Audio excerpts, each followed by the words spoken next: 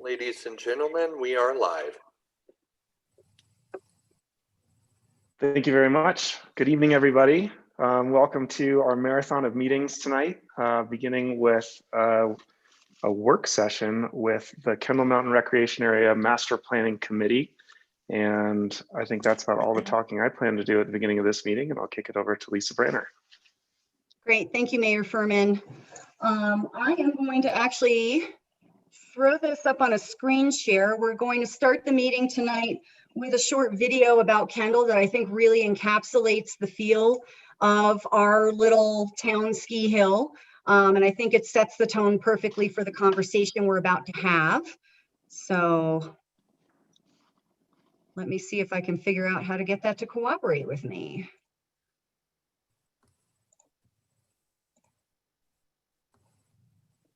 Here we go.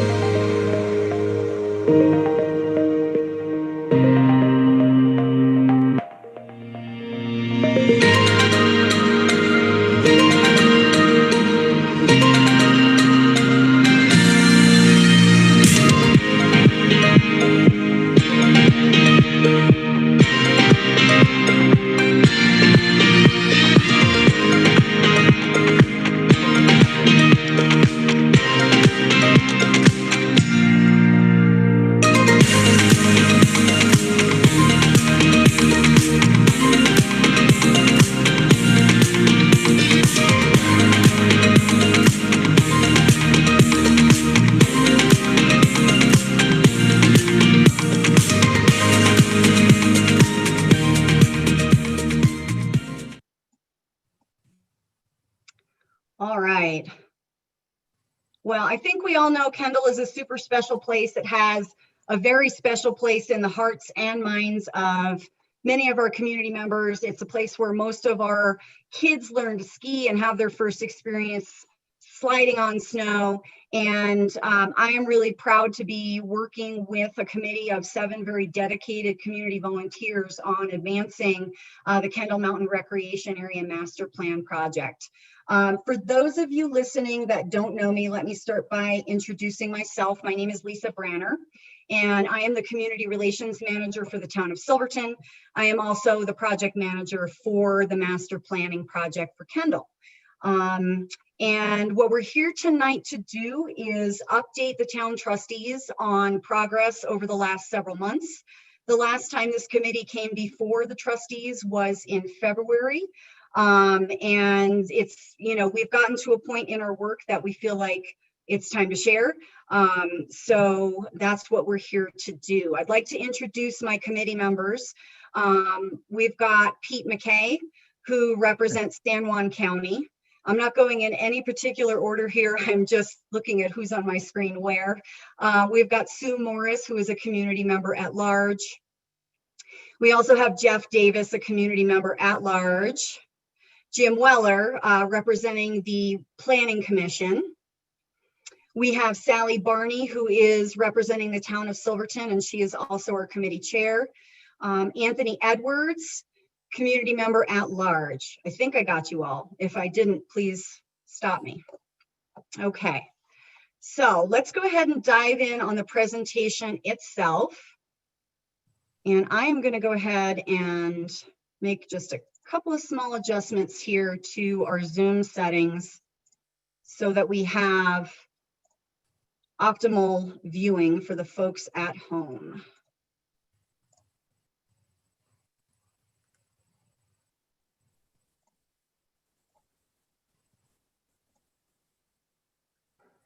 Okie dokie. Okay, so we are here tonight, as I mentioned, to talk about the Kendall Mountain Recreation Area Master Plan. And it's a work session with our town trustees. The agenda for tonight, we're going to recap efforts that have been made to date. We're also going to discuss the recommended next steps that the committee has. And I know public comment isn't typically something we do in work sessions. If it pleases the trustees tonight, I think the committee would really like to hear from the public. I think this would be a great opportunity to engage them. So we have included that in our agenda. So first and foremost, let's talk about why we are here. Why is this KENDALL project so important? The Kendall Mountain Master Plan has been identified as a priority in a number of different planning documents in our community. The 2010 Master Plan, developed jointly by the town and the county, prioritizes a master plan for KENDALL. Our Community Development Action Plan, which is a document where we're tracking progress and regularly updating a variety of priority projects in the community. It's tracked and prioritized there.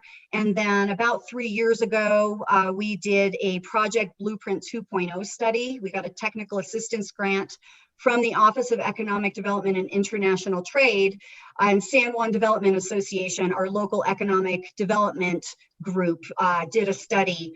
And that also identified KENDALL as a real priority for our community when it comes to economic development. So speaking of economic development, the outdoor recreation economy, as you all know, we are a mecca for outdoor recreation of all kinds here in San Juan County. Nationally, this is a huge boost to our economy, 887 billion in consumer spending and 7.6 million jobs.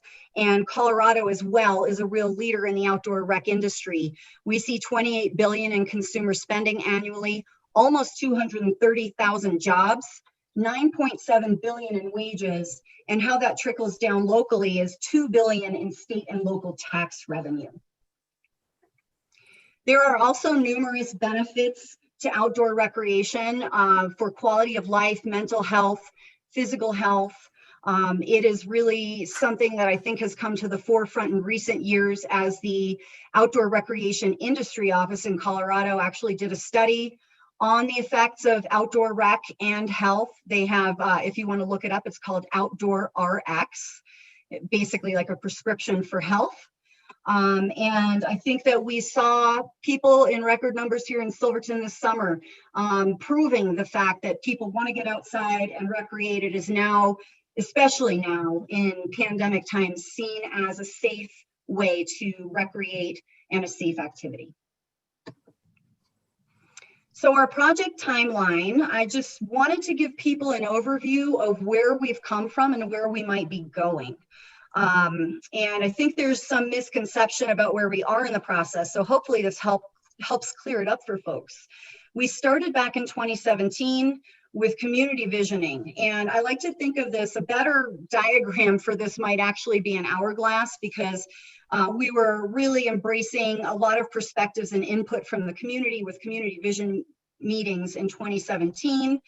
And then we moved through a process that increasingly narrowed as we were digging down into the work. And as we move forward, we'll be opening things back up to the community. But where we are right now in 2020, 3 years into the process, is we've done a lot of research, a lot of educational efforts, a lot of crossing of I's and dotting of T's, and fact checking. And the committee now is prepared to make a recommendation to our town trustees. We have not actually started to engage in any planning process yet. We've done a lot of preparation for it. So I'm going to quickly walk you through the different stages of the process.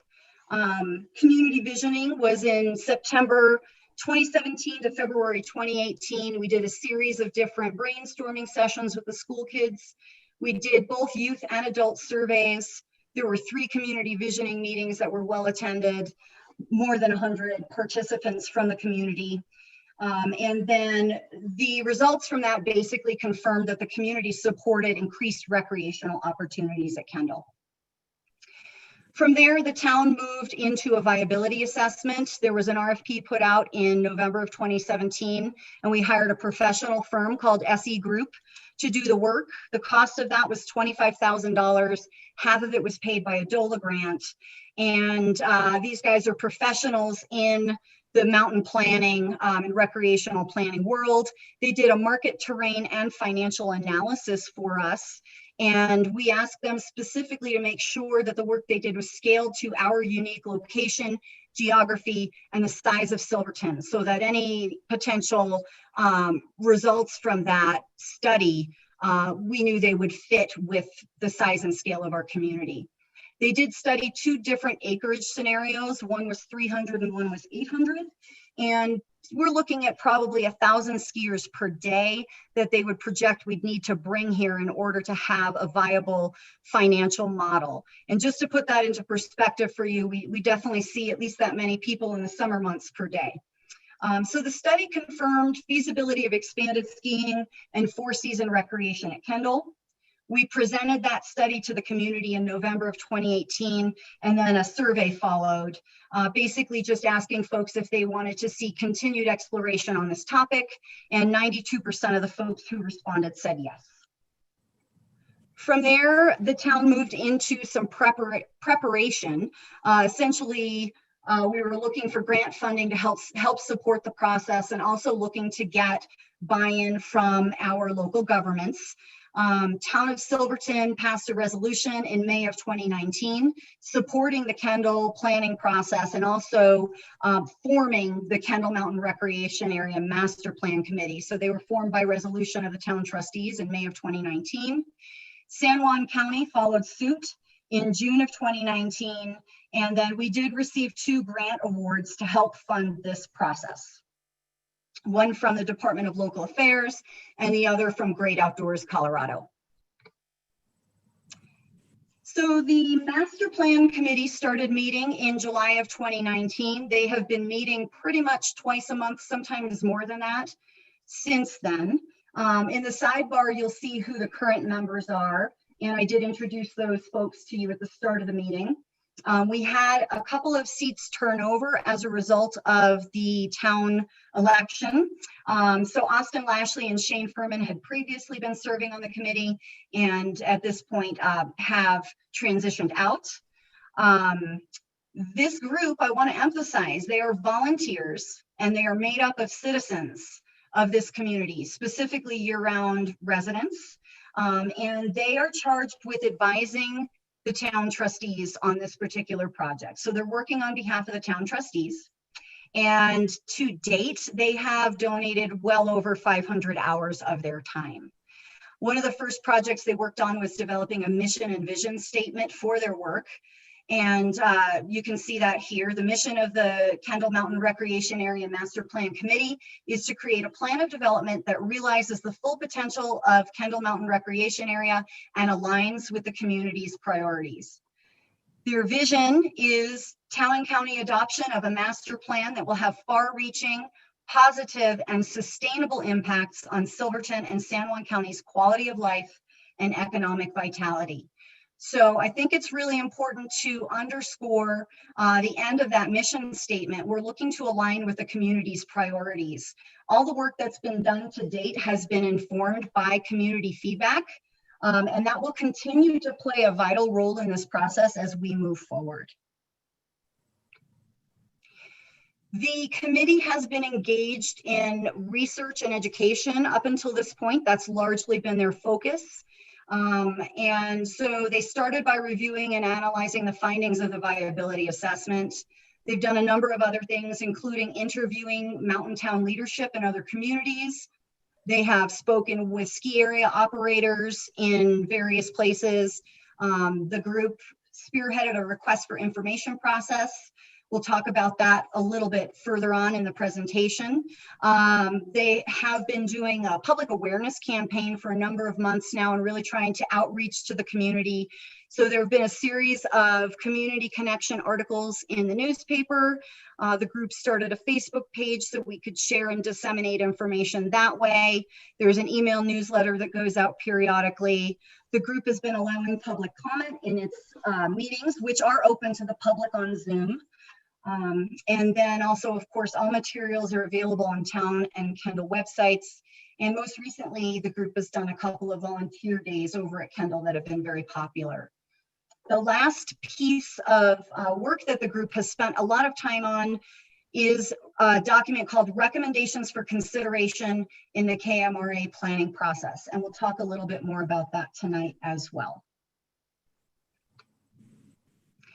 Okay. So we're at the point now in our process where the committee is ready to make some recommendations to the trustees. This document I just mentioned, the recommendations, the planning recommendations for short, is a distillation of all the work the group has done over the last year plus. And the idea here is that it could help guide the planning process so that as it carries forward, the benefit of that work and that research is incorporated. It confirms capacity in the town and infrastructure and amenities for at least the size of development explored in the viability assessment. And it examines a number of different issues the community needs to deal with, suggests areas for further study and consideration, and begins defining some of the parameters for potential development at KENDALL. The other document that we're going to discuss tonight is the memo to town trustees. This updates the trustees on the work that's been done since February and also discusses some immediate next steps that are based on the planning recommendations. So this is the information that was sent out in the meeting packet. There also was included there the series of articles that have appeared in the newspaper and also been disseminated otherwise, and then the results of the request for information process. We just wanted to make sure we were being comprehensive and that everybody had that information at their fingertips. And I apologize, it ended up being quite a lengthy packet as a result. So, updates. The request for information process. The last time this committee met with the trustees, basically they let the trustees know this was where they were headed next. It was the next part of their information gathering exercises. And so that document was published in February of 2020. We did extend the deadline to July of 2020 due to COVID-19. We just felt it would be appropriate to give folks a little more time to respond. And the purpose of this was really to gauge whether or not there would be interest from private partners in working with the town on this project. So 5 responses were received. 2 of those were from ski area operators. The other 3 were from other service providers like marketing firms, or there's a company that does zip lines and canopy tours. But the 2 that the group really zeroed in on were Mountain Capital Partners and Silverton Mountain, and they did have some conversations with those groups as part of their RFI process, and just to kind of close it out. The conclusion that the group came to as a result of this process was that indeed viable partners exist who are willing to work with the town and work with the community on a project that fits our parameters. So next steps from there. This actually was referenced in the memo provided to town trustees in February. The group was essentially researching the idea of a public-private partnership. And now at the conclusion of their research and education phase, this still holds true in their thinking, that they believe the town should pursue this if they would like to develop KENDALL. Reasons for this being, number one, that the town does not have the financial resources or expertise to develop a sizable project over there. Also, we researched nonprofit models, and the group concluded that was not feasible without a large population center nearby for fundraising. So the recommendation from the group is that the town pursue a collaborative partnership, and that this would need to have a shared vision between the community and any partner. Essentially, the town would play an active role ensuring that the community's desires and any impacts to the community were at the forefront of any effort. And having the town play an active role like that will help keep the community from getting steamrolled by large development. So in order to move forward with that, the group proposes a request for proposals process. The goal here would be to select a partner that could enter into a planning exercise with the town. An RFP would be developed by the committee. In fact, we've already started working on that, and then approved by the town trustees. Essentially, from there, we'd be looking to develop a transparent, fair, and measured selection process for analyzing any proposals that come in. The committee could make a recommendation to the trustees, and then provided that we actually have a viable partner and somebody who meets the criteria that were set forward in that selection process and through that RFP, a contract would need to be drafted. And key elements in that, number one, are community safeguards and making sure that we're really protecting the community's best interests. And then it's reasonable to assume that if we are engaging a partner in a planning exercise, they would be dedicating time and resources to such a process that they would have a first right of refusal on a development and operations plan moving forward. Once a partner is selected, the master development plan process could begin. So here's where the planning in earnest would happen. First and foremost, a planning team would need to be formed that included representatives from the town, as well as a partner or partners. We would also likely engage experts in various areas. This would be a collaborative process, and I think the challenging part of it will be balancing the community's vision with financial viability for a partner. Specifics like the terrain, the number of lifts, what the base area looks like, what different types of uses we have seasonally, because remember, we're talking about a 4-season recreational amenity. I know a lot of our emphasis has been on ski, simply because it's the thing we know the least about and would take the most resources to develop. But we are looking at 4-season use.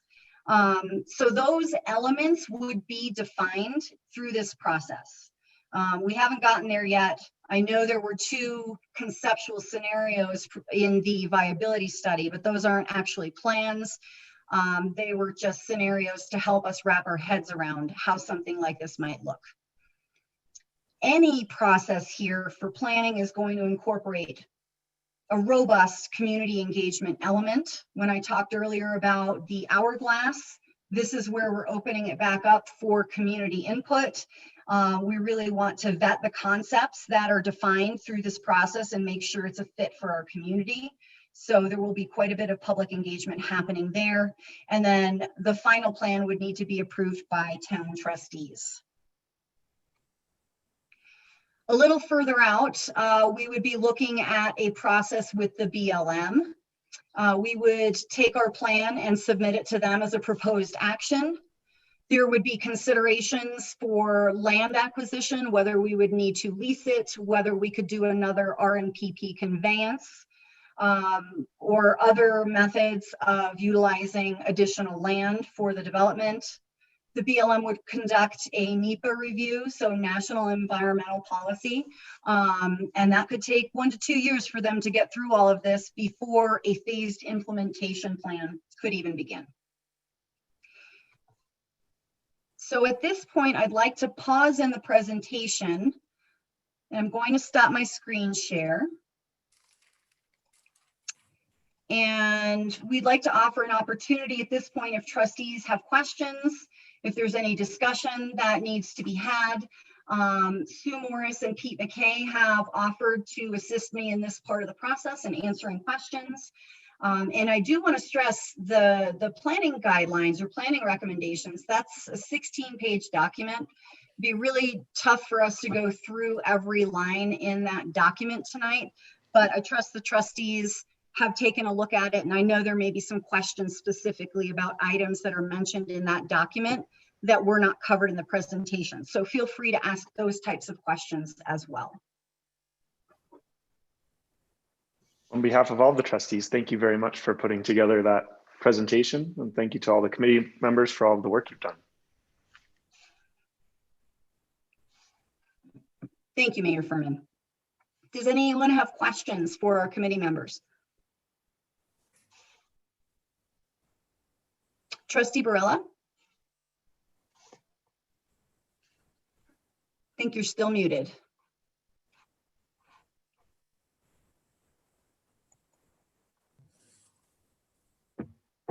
There we go. Okay, so I've been in some discussion recently with Elijah Waters in reference to this. I was asking him where we were at in the conveyance steps, and this was dated August 27th, 2020. And he said, good to hear from you. We received the plan of development from the town this summer. How many of the trustees have actually seen the plan of development that was submitted to the BLM on behalf of the town of Silverton? Okay, so we are lacking some critical information for trustees and new trustees so that they have a comprehensive background in reference to what this is. Because the next step after the POD was submitted is for an environmental assessment. And that was a plan to be completed hopefully before the end of the year.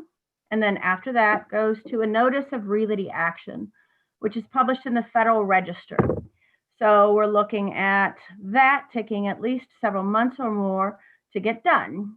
This could possibly be done sometime late into 2021. So we're still at least 2 years out, a year and a half to 2 years out for the conveyance of the 92 horizontal acres. Everybody needs to listen to what I just stated. These acreage that we are getting in this RNPP, if it continually goes through, is horizontal. It runs parallel to the existing Kendall Mountain ski recreation down into the lower valley against the river. That is all part of the POD. So I think before we take any further action with this board, all committee members need to actually, or not committee members, all trustees need to actually see the POD that was submitted to the BLM to make sure everybody actually understands what the conveyance is and what the conveyance is for. Because if you go into the next steps, which there again, I spoke to Elijah, this is the conveyance of the original lease. The current action is just a transfer of title to the town for the horizontal acreage. It will not consider any ideas of expansion, okay? That's So, absolutely correct. Everything Trustee Barilla has said has been discussed in our process. Essentially, we need to complete the 92 acres and that conveyance before anything else can move forward. okay, but we have a lot of people, including who are on this panel right now, and all of the community at large that have not been well abreast of what this means and what this situation is. Maybe we need to republish what the POD says for the community, because maybe we wouldn't have so much angst and anxiety coming over this with the general population, because it would be a little clearer what is actually the steps and what is actually happening. I commend this committee for doing a very comprehensive job. I think the work that you all have been putting in is wonderful, but we have two different scenarios from the SE group, okay? That was just a study. That isn't actually a plan of development. We have put the cart so far up before the horse. The horse is in San Francisco and the cart is sitting in Silverton, because we have so many people thinking there's so much going on, and there really isn't. There are so many steps that have to be taken to be put. We're looking at 5 to 10 years before we can even go ahead and even have any of this come to fruition, whether it be only an expansion that goes horizontal next to the existing ski lift, either direction, the river trail. That was the biggest thing in that POD, is the development of the river trail, the expansion of the ice rink. So we've got to put all of that back into perspective for everybody here and everybody into the community. We have so much more work ahead of us, and we are not jumping the gun. Nobody is saying that this mountain is going to start tomorrow. But we have people in the community that are under the illusionment because there has been a little bit too much, I don't want to call it secrecy, but there hasn't been enough. There's been better transparency now, let's put it that way, than there was. And that's nobody's fault but all of us, because we have to engage correctly and we have to be informative. I'd like to comment, Molly. Thank you so much for looking into that land transfer. I appreciate what you're saying. I personally have been working on that land transfer for 15 years. And so there's no secrecy, there's no downside to it. This is a public purpose act that will transfer 90 plus acres to our town. And so it's a win-win for us.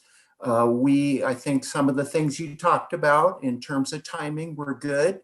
Once the BLM has affirmed the action will take place, there is a year or so that it has to sit through the National Register and the timing to go from approval to actual transfer. So I too have been working with Elijah for years and have talked with him many times this fall. Everything is on track. And I think that by the end of the year, we'll have confirmation on that. And then we will see it move through the national process and then get that land for us. So that's a separate thing than the Kendall Mountain process. And so I hope you're not confused about the two. Because if I could clarify a couple of points that I think may help. So the 92 acres that we're talking about that are in question are currently being leased from the BLM and have been for a number of years. So Kendall as it currently exists, and actually our request for information narrative calls this out and talks about it in some detail. Kendall as it currently exists is operating on a combination of town-owned land and BLM lands that we are leasing from them. And we've been working toward this conveyance for many, many years. Since I've been on board with the town, which is about 3 years now, I've been pushing on it as well. Trustee Burrell is absolutely right that that process is a process in and of itself. And what I think maybe there's some confusion about is that the planning process we're talking about for a greater Kendall Mountain is also happening at the same time. So they're sort of distinct processes, but one relies upon the other. And our hope is that the 92 acre conveyance happens. And then there is also this possibility of additional expansion in the future. So just to kind of clarify how those two plans or two processes may be working in tandem. I don't know if that's helpful or not. Well, and that was part of my point, is we have one action going through, which has been worked on for many number of years, and it is a horizontal set of acreage. Okay, we're looking at 92 acres. Everything else that Kendall Planning Commission or Planning Committee, however you want to term yourself, has been going and looking forward to was based on a grant fund that came from the SE group, which has created the document that we were moving forward on. So nobody's putting in 5 lifts tomorrow. So this is where we've had the breakdown. And I'm saying we're all at fault. We have a switchover in boards. We've got a planning group that due to COVID wasn't nearly as, not necessarily as open, but you know what I'm saying? There was a lot of confusion of when your meetings were, how they were being conveyed to the public. So this process right now is what we need to be in to actually have a candid discussion about where things are moving to, because right now we're only looking at 92 acres. Everything else that you guys have been forming and formulating on is a wish list that the talks with the BLM have not started, because you're talking about 800 additional acres in one of the scenarios from the SE group, and only 92 of them exist that are coming to us. So we need to put everything into perspective for the public. And you guys have done a tremendous amount of work. And thank you, Commissioner McKay, for doing all the previous work. Yeah, to get us Molly, let me say that we have been talking to Elijah about the Greater Kendall Mountain Project for a number of years. And he has sat in on our process and listened. And there are no guarantees, but he is in general supportive of the idea. And so it's not correct to say we haven't actually started those discussions with him. He and his people are well aware of it, and much needs to be done. And of course, the master plan is what gets submitted, as Lisa said, to the BLM for the nuts and bolts of a land transfer or a greater lease. But no, we are in negotiations. And then Molly, when you suggest secrecy, I believe is the word you used, when we heard Lisa's presentation, we go back to the grade school kids and those early discussions with our students that led to greater talks within the community. That when we had the viability study, there was another survey that suggested support. The town and county both passed resolutions in support of the general idea. So this has been a very open and transparent process that has led us to where we are today. Okay, but that is what I'm saying. That is for our groups, okay? You have two different groups, the county and the city, some of which the new county commission or town council members might not be abreast of everything. That's what I'm talking about. We as a collective have been very well informed. I know what's been going on the whole time. So maybe you don't get accosted on the street the way I do, and I have questions presented to me. I have scenarios that are asked of me because the public at large, I'm talking about the public at large, not necessarily all the people in these little squares, okay? That is the ones who have been calling this out as being secret, as being uninformative, not doing the public scoping. And I blame the public as well, because if you want to know, you've got to become informed. So you tune into meetings like this. Molly, we're not blaming anybody here. Oh, no, you're not listening. I'm saying that this needs to be part of what we consider a clarity process moving forward. Molly, when Lisa talked about our information gathering and dissemination, and she talked about newspaper articles and the website and the Zoom meetings, all of these things are the ways that the community has been informed on what the process has been. So I think we've been really open, and if people read the paper and follow the website and come to the Zoom meetings and ask about questions, those are all things that we've done to make this open for everyone. So let's not suggest that there's any kind of subterfuge going on because everybody's had an opportunity to get informed. I'd like to get back on track a bit. I think there's been sufficient clarification on that point. And I did see a couple of other hands. I'm not sure who else had hands raised. Kevin, did you have something you wanted to add real quick? Yeah, I was just going to ask Trustee Barella, thank you so much for the comments. I think we all have heard a lot of those same concerns in the community, and that's where we've tried to come up with different avenues of communicating better than we had prior to the COVID crisis.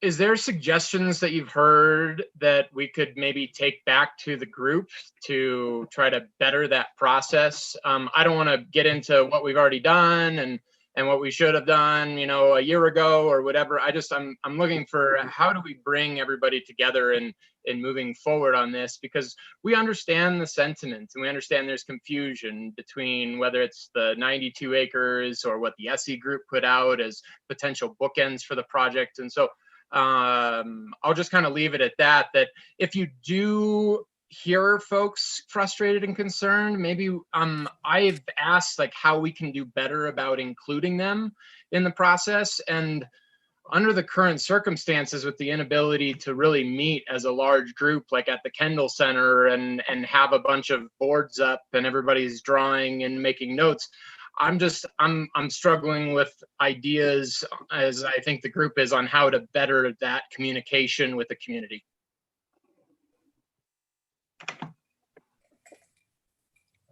So I just want to give everybody a little time check. It's 6:41 and we are wanting to incorporate some public comment tonight as well, but I do want to hear from the trustees before we move on. Trustee Barilla, you had your hand raised. Did you have some suggestions? One of the suggestions came from several meetings back from Trustee Harper in reference to the town getting this information out as far as an email chain, which is what I had questions about the last meeting, that Lisa said she didn't have the bandwidth to do it, and I'll be damned if it didn't get done. So we appreciate Lisa getting that work done, because now the community at large can go in and say, I would like to know about this, and they sign up, and then you get on the email chain. So we need to make sure that we don't fall back into a situation where we have the public that is very up in arms about the process that's going on. And we need to make sure that all of the new trustees do, and anybody else on the committee that has not seen the POD, and for that land that we are being conveyed, the 92 horizontal acres, and then what the process is moving forward. So thank you for all your time. I see Jordan's hand up. Yep, we were going there next. Trustee Bierma? Sure, I'm going to change the topic a little bit and keep my comments pretty quick. I just wanted to address a couple of the questions that were already addressed in the packet, just to kind of put an emphasis on them. But the questions that came about ensuring affordable housing for our local population and addressing real estate speculation, I don't necessarily see this as having to be in conjunction with Kendall Mountain. I think this is an issue we need to tackle either way and continue to, I think the Anvil subdivision is moving in the right direction. But I just feel like as Kendall progresses, this issue will only become, more pertinent. Thank you, Trustee Bierma. Mayor Furman? Oh, sorry, Trustee Harper, I'll get you next. Yeah, go ahead. No, go ahead, Trustee Harper. Okay, so it's more of like a statement looking for clarification if necessary. My perception of the process so far as a board member, as you just went through in the presentation, is that there's been a lot of research done, a lot of information gathering, and at this stage, we're still looking at a long period of more information gathering that from here going forward, the committee will make recommendations to the board, and the board will give direction in terms of those recommendations, in terms of more information gathering, but we're not anywhere close to a real inflection point of committing the town to something. Was that correct? That is correct. I think we're at least a year out, if not more, before we're actually committing to a course of action. Where the committee is recommending we go next is into an actual planning exercise where we would start to tease out the details, vet the specifics of a development plan. And that's where all the details that everybody, I think, has really been wanting to sink their teeth into are going to come into play. Up until now, we really have not wanted to discuss those specifics because nobody on this committee is a professional mountain planner. And if we are going the direction of having a private partner assist with this process, it only makes sense that they sit at the table if they're going to be making a significant investment. So that's where we're headed next. And that's where I think those details will start to come into more focus. At a minimum, I think we're looking at a year process for the master development plan. Sue, you can maybe chime in on that a little bit from your experience in planning. But that's my impression, is we have at least a year to go once we get into the planning process. So 1.5 years probably, with the RFP process to kick it off and then getting into the planning process. And just to follow up on that and clarify scope a little bit, I'm grateful for Trustee Barella bringing back up the 92-acre RMPP. But the committee, while that's an important, relevant aspect of what's happening today with KENDALL, is focused on the development of an overarching master plan for the use of the recreation area, which is beyond the scope of those 92 acres, or could be at least. And so I just wanted to clarify that the master planning process is not just focused on the immediate actions being taken, but also hopefully looking 10, 20 years into the future. Is that accurate as well? The resolution that was passed in May of 2019, I think targeted 30 years as kind of the time span that that master plan would cover, but there would be periodic check-ins. So every handful of years, you know, checking in to make sure that it's still congruent with the community's desires. Thank you. Trustee Harper, did you still have a question, or shall we go to Trustee Lashley? Yes, ma'am. Just really quick. Mr. Farmer, thank you so much. You had a question earlier. You made a statement earlier about possible suggestions from individuals in town that have had questions and comments regarding the Kendall Mountain Committee and possible ways of improving that communication. One of them was expanding the group size from 4 to 6 individuals, making the group bigger. I don't know if that's a possibility, but this is a suggestion that's come across my doorstep numerous times. Ms. Branner, will we be able to have comments at the end of this discussion? At the end of our discussion this evening? Yeah, and the end Absolutely. of this. Perfect. I'm hoping we don't run out of time. I don't No, want to keep you I guys past completely 7 on this, understand. but yes. And also to kind of piggyback off Mayor Furman's point, I believe, and Judge Edwards can correct me, I believe that this group also incorporates the Riverwalk that Judge Edwards has been working on for many years. Is this correct?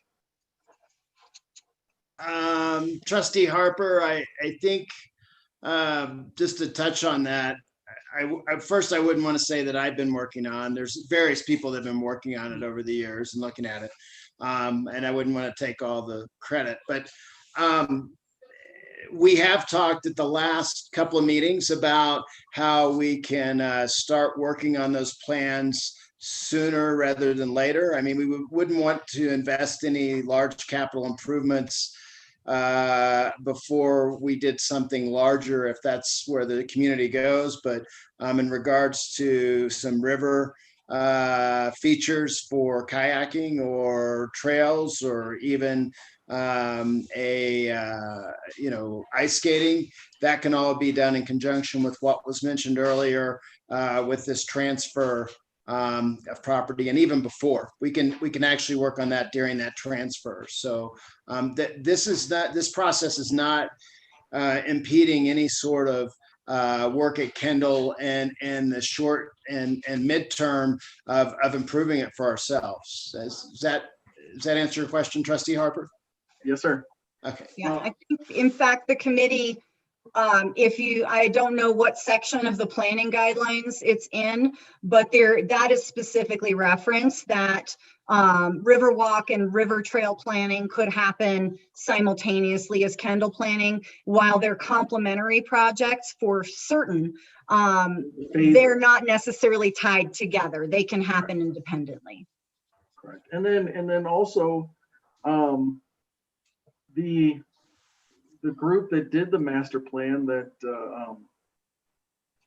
that we contracted to put The together viability plan. assessment? Correct. I believe it's the SE group. Correct. Now, I understand that some of the information has changed. I know obviously our population has changed a little bit. The SE group and their proposal and what they put forth and what we read in the attachment, that's big. It's very large. Now, is this something that we're still shooting for? We're swinging for the fences right out of the gate, or are we going to go with something that's a little bit more town friendly, family friendly? So I'd like to put it in perspective, because I think talking about acreage gets some people kind of concerned.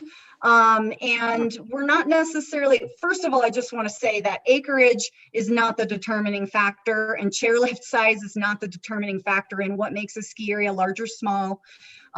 Typically a ski area of the size that, even at the larger scale, 800 acres, that was studied in that viability assessment, is considered small by industry standards. And so if you think of places like Monarch, that's probably a good parallel to draw as far as what it might look and feel like at that size. We have unique terrain challenges because the mountain is really steep at the bottom and at the top, and more of the intermediate and novice terrain is in the middle, besides our existing base area. So just by nature of the kind of terrain that we have, my understanding from talking to mountain planning professionals is we're better off looking at a larger scenario, because then we have flexibility to utilize the terrain that works best and create the best layout for the best skier experience, or other recreational experience, whatever it may be. So I think that the committee really hesitated to make any recommendation on size at this point in time, because again, none of us are professionals in mountain planning. I think that's the type of detail that would be teased out in the planning process. And that's one of the things we're going to want to get community feedback on. But there are so many different factors that come into play when you talk about what is large and what is small, and what it feels like may be really different than what people are anticipating when they hear 800 acres. Well, and again, I thank you so much. This is beautiful. This is what I enjoy, and I'm sure everyone else does here on the panel tonight. I mean, my concerns is reading, and I want to say it's page 11 or 12 from the actual ski KENDALL website, about the size of the lodge, which is roughly 10 times larger than the current KENDALL Mountain facility. That's big. That's a city block here in town. So this is perfect. So Lisa, thank you so much for answering these questions. And my other question, and this is for any one of the board members, you know, we've talked about this agreement with the BLM, and I think Commissioner McKay spoke about that.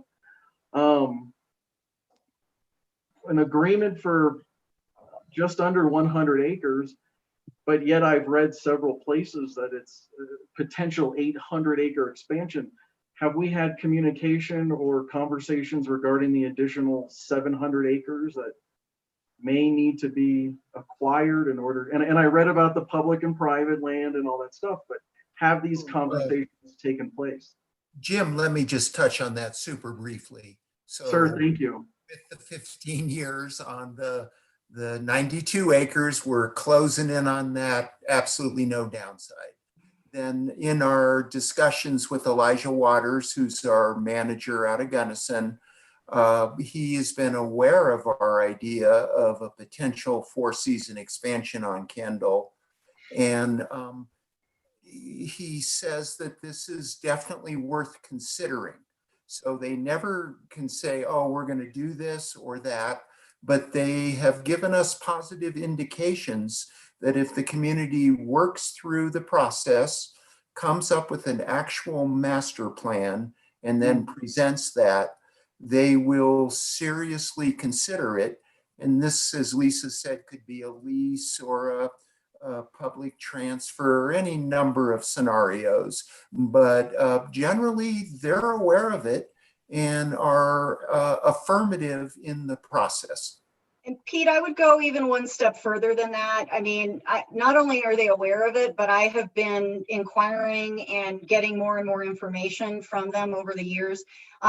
Elijah and his team have participated in all of the KENDALL visioning meetings.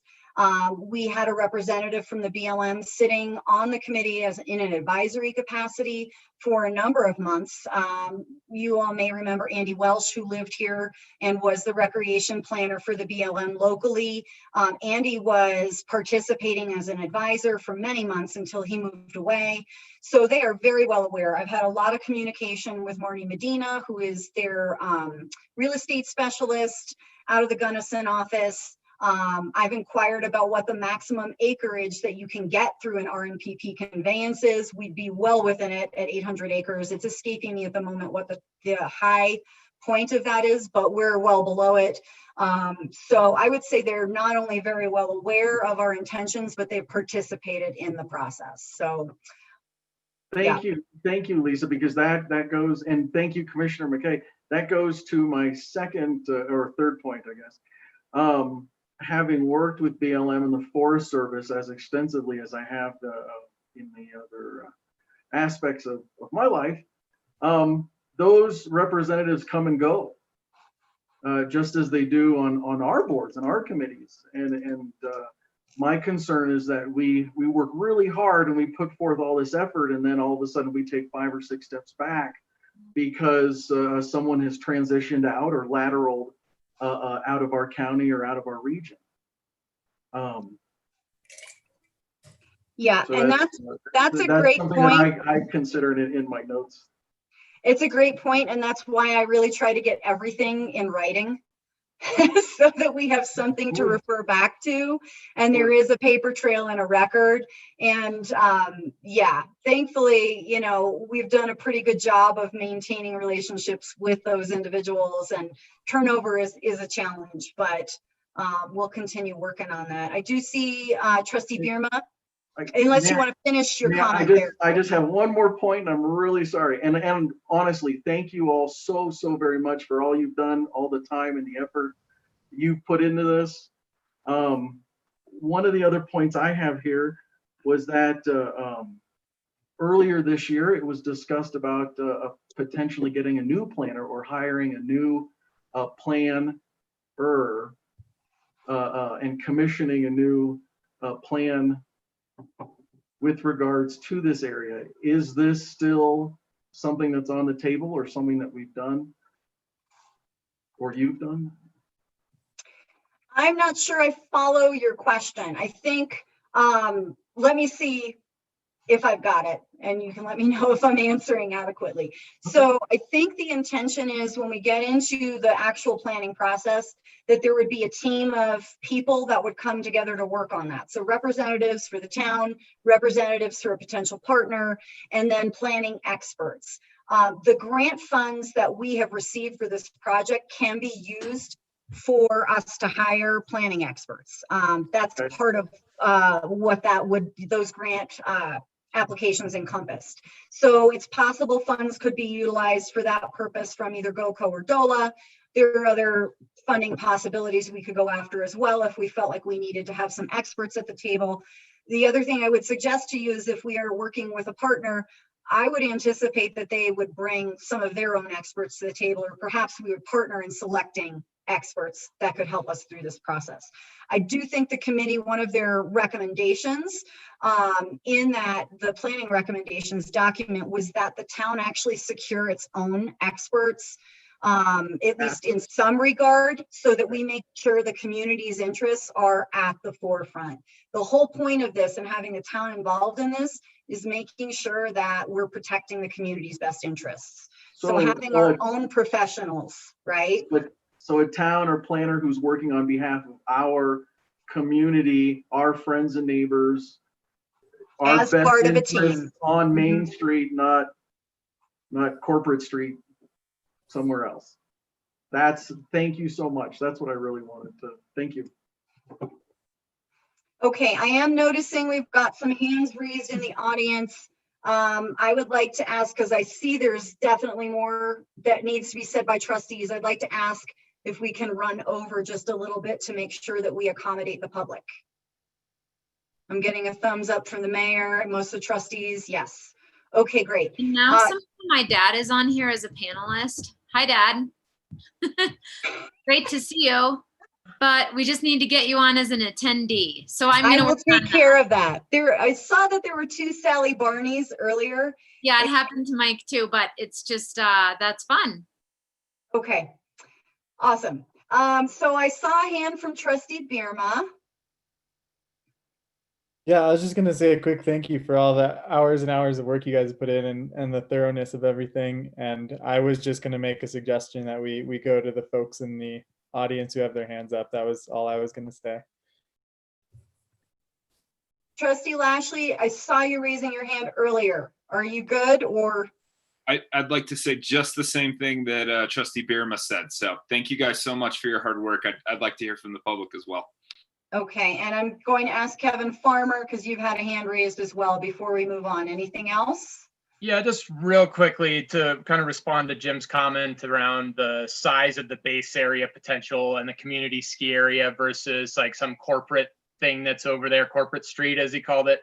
The concerns are through and through the committee. When we have our conversations around like what ancillary services are at the base, the second that like a coffee shop is brought up, there's big questions on whoa. We got plenty of coffee shops downtown. What do we really need a coffee shop at the base for outside of what are just the true skier services? And so just to kind of answer that from a tone standpoint is it's community based. Main Street is Main Street. That's always been the intent for the actual services as restaurants and shops and shopping and all that. What's intended at the base, at least per our conversations as the committee's gone on in the last year and a half or so, has been all about what are the absolute necessity requirements for us to run a base for the skier services, rentals, ski lessons, a community center for the Silverton kids, for the ski school. That type of stuff is what we talk about having over there. It's not, okay, how many restaurants can we pack in? How many condo levels can go up? Those are X'd immediately out of the conversation because it's never our intent to have that. And so I'm hopeful that as this process moves forward, that when the board here gets a little bit more comfort on that, as well as the community, that we are community members and we don't want to see this thing turn into something that's uncontrollable. And so to answer that, I think a little bit is we're on the same page. We don't want some monstrosity over there with a bunch of condos. We do know that we need more space for even providing a good rental shop or something like that that's over there, or a ski school base outside of just the current space needs.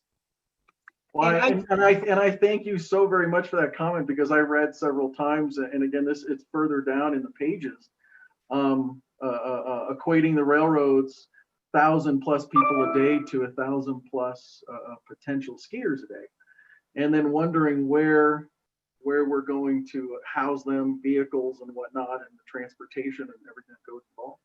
And I think that's that master planning process that Lisa kind of alluded to, that we're not even close. So no, Mr. Farmer, Kevin, thank you so very much. You did answer the question. And my comment was, it's about Main Street, not Wall Street. It's about us and our community. It's what the people want. So thank you so very much, sir. Thank you. And just to reiterate, so many of these details, we get wrapped up in really like wanting to get into the weeds with the finer detail right now. And this will all be covered in the planning process. And I know that scares people. People want to know now, right? We want to know right now what it's going to look like. We're just not there yet. And we will get into those weeds eventually. We will drill down into those finer details. And that's where we're going to be asking for feedback to make sure that it is congruent with what the community would like to see. And So I would just say, let's not talk about square footage or acreage or get into those finer points right now, and trust that the planning process will dive into all of that in excruciating detail. Yeah. Thank you. Okay. Thank you. So I would like to move into public comment now, if that works for the group. I do see a few hands raised. If you are a video viewer, you should see a hand icon at the bottom of your screen. You can click that. If you're on the phone, you can dial *9 and that will raise your hand. We're going to follow the same protocols for public comment here that we do in a regular trustee meeting. So we're going to limit people to 3 minutes. I would like you to please, for purposes of the record, state your name when you start speaking. And as always in these community meetings, any of the meetings we've done on KENDALL, I really like to remind people to be respectful, to remember these are your neighbors. We are community members here. Let's keep community at the heart, and remember that we're looking to find common ground here. So all of that being said, Margot, I know your hand has been raised for most of the meeting. So I will go ahead and let you pop in here to speak. The floor is yours when you have a second. And the mayor, thank you very much for keeping time for me. Are you there, Margot?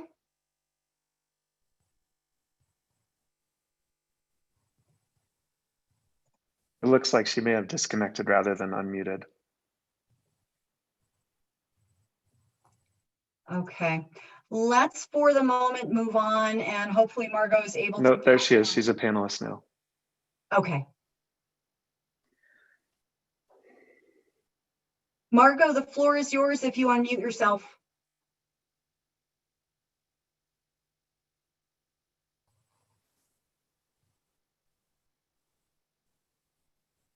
Okay, we'll come back to Margot.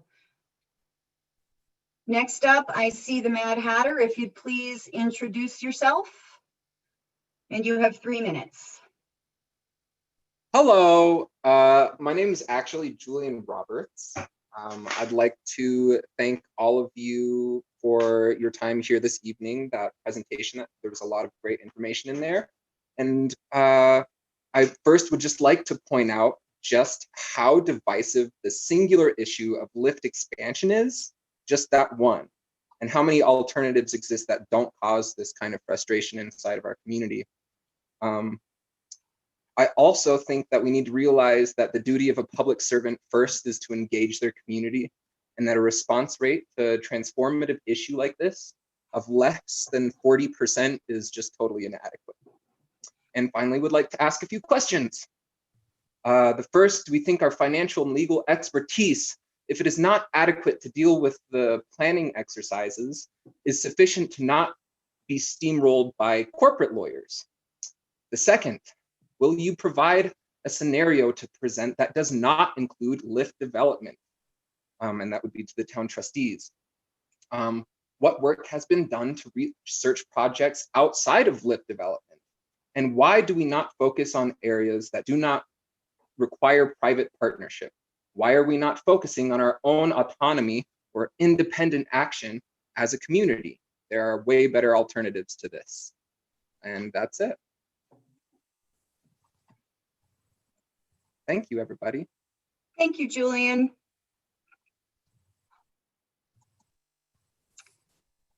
Okay, next hand up is Melody Skinner. Melody, if you unmute yourself, the floor is yours. And just before you get started, I would like to remind everybody that we're taking comments. Trustees are listening, but we're not going to actually engage in a Q&A here. Funny. Once again, to the trustees only, this group is too small and too narrow. Everybody on this group is a skier.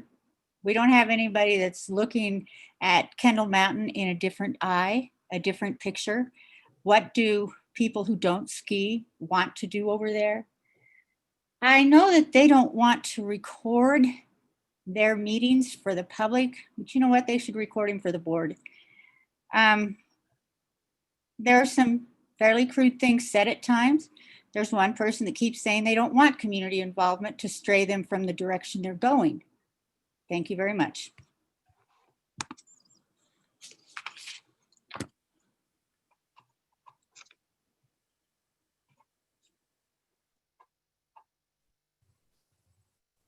Next up, we have Jeremiah Kane.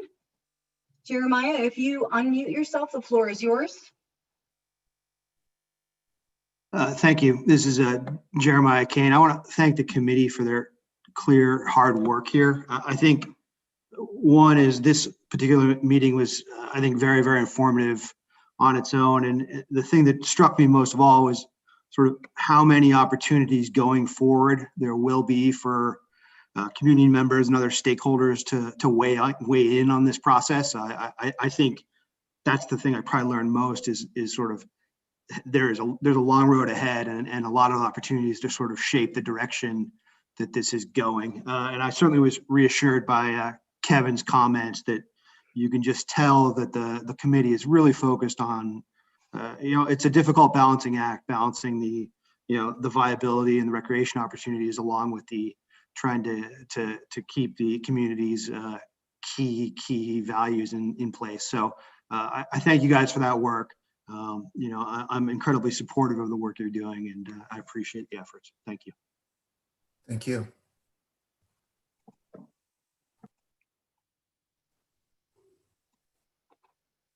Next up, I believe we have David Breed. Mr. Breed, if you unmute yourself, the floor is yours.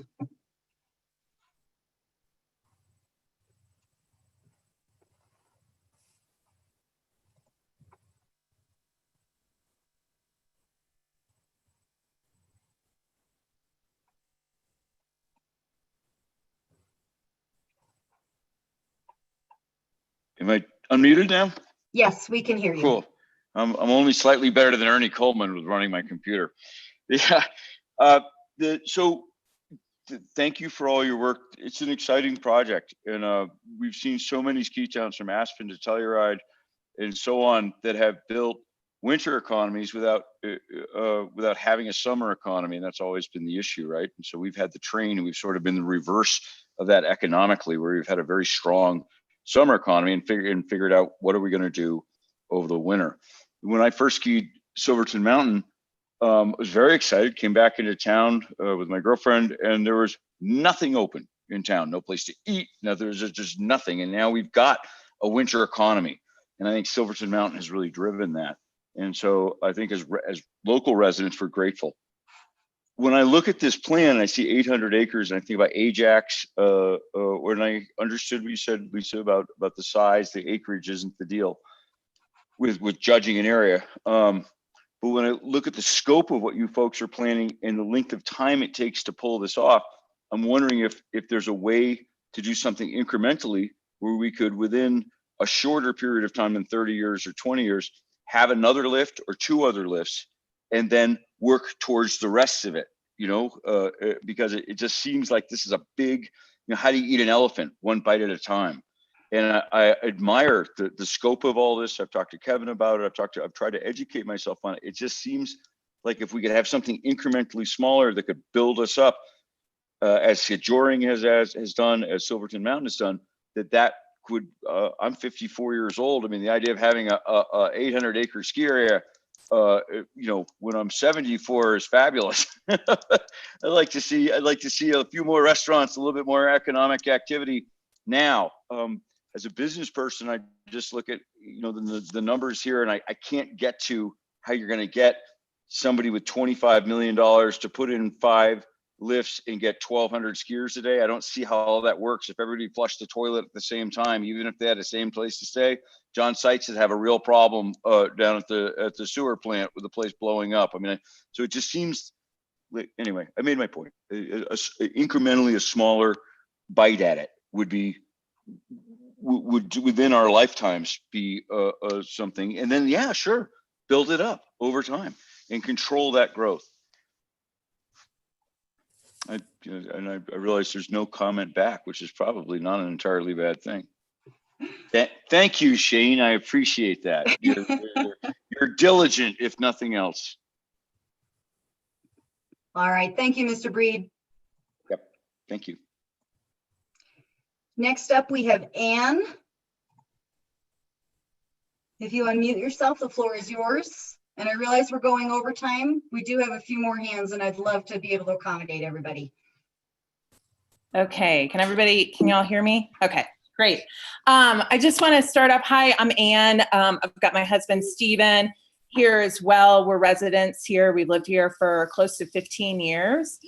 And I just want to say thank you to all of y'all and your hard work. This has been an amazing process and something that I, as a community member, have been really excited to be a part of. I just want to vocalize that there is a perspective of transparency and involvement. And I am one of many folks in town who feel that and appreciate you all reaching out to us and letting us be a part of this. We are a family that skis at KENDALL probably every single weekend. We tailgate over there, we cook out hot dogs, and we just have a blast all the time. And I love KENDALL. And I will continue to do that for years and years and years to come. But I think something that I've recognized in my time living here in Silverton is that Silverton is going to grow. And we all know that. We're aware of it. We saw that this summer.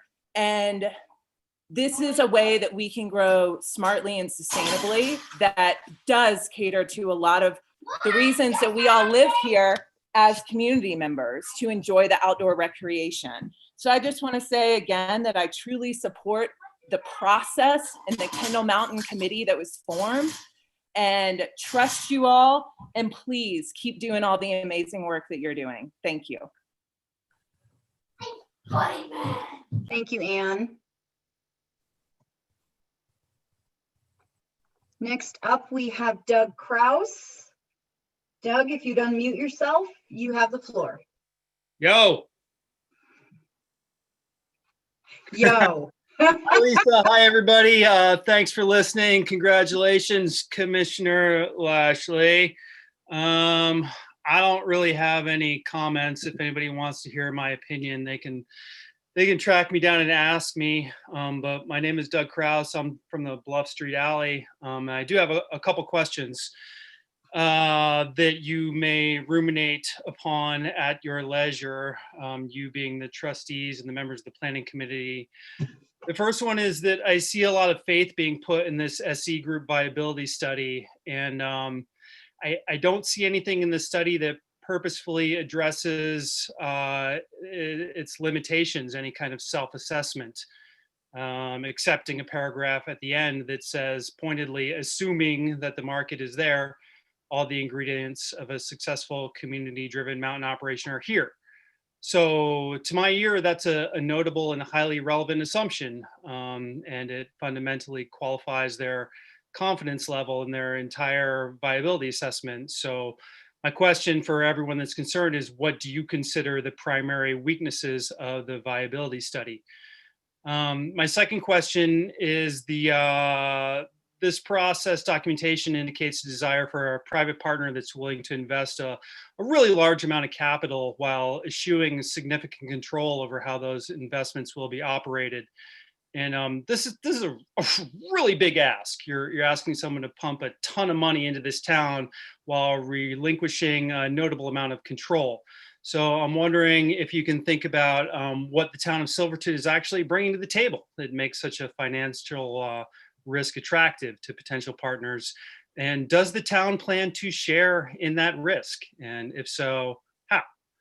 And my final question is, what's the plan if the RFP results are somehow unsatisfactory and don't reveal a favored partner? So that's it. Just wondering what your thoughts are on what sort of risk the town is willing to assume, what you think the weaknesses of the viability study are, and what happens if the RFP program shits the bed. Excuse my French. Thank you. Thank you, Doug. We've got Casey Lashley next. Casey, if you unmute yourself, you can speak. Hello. Good, I think it's working. Hi, my name is Casey Lashley. I'm a year-round resident and owner at Avalanche Brewing Company. I wanted to thank the committee for their hard work. However, tonight I have come to express some concerns I have regarding the expansion of Kendall Mountain Ski Area.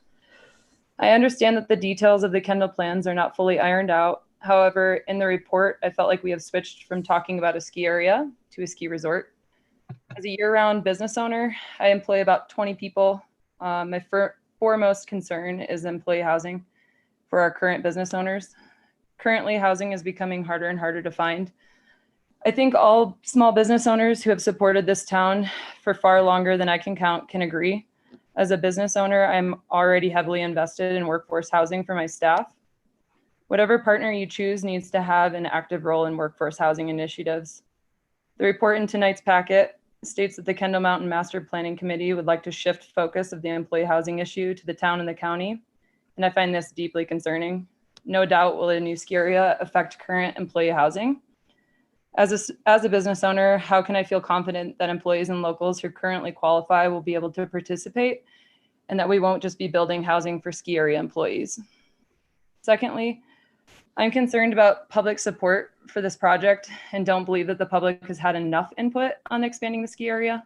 The series of meetings and less than 100 survey responses is not community directive to build a ski resort. Those survey responses included children who do not fully understand what this will mean for their families and the consequences of what it would mean for the families to be priced out of living here. I hope that we can get much more clear community direction in the future, not just including folks who are in support of the ski area. I am concerned that we will quickly pass the point of no return without truly knowing whether the community supports this project or doesn't.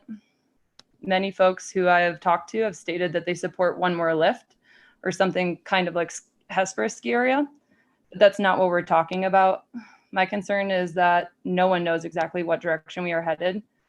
As a business owner, I am not convinced that this project will not hurt the character of the town, the quality of the life, and above all, my employees, others' employees, and families who will not be able to afford to live here. I hope that we can truly begin addressing these issues before moving too much more forward. I do want to thank everyone for putting hard work into this because I know you guys have spent a lot of time, so thank you. Thank you, Casey.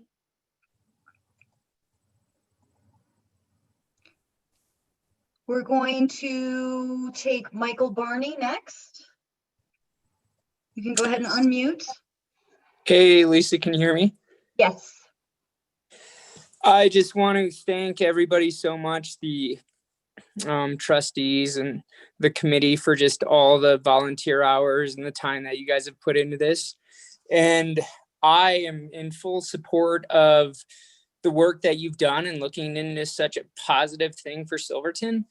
And, you know, I think some people, there's some fear out there, and I am not afraid. And I just trust you guys and really believe that this is a community project and we're working towards the best for what people of Silverton want to do.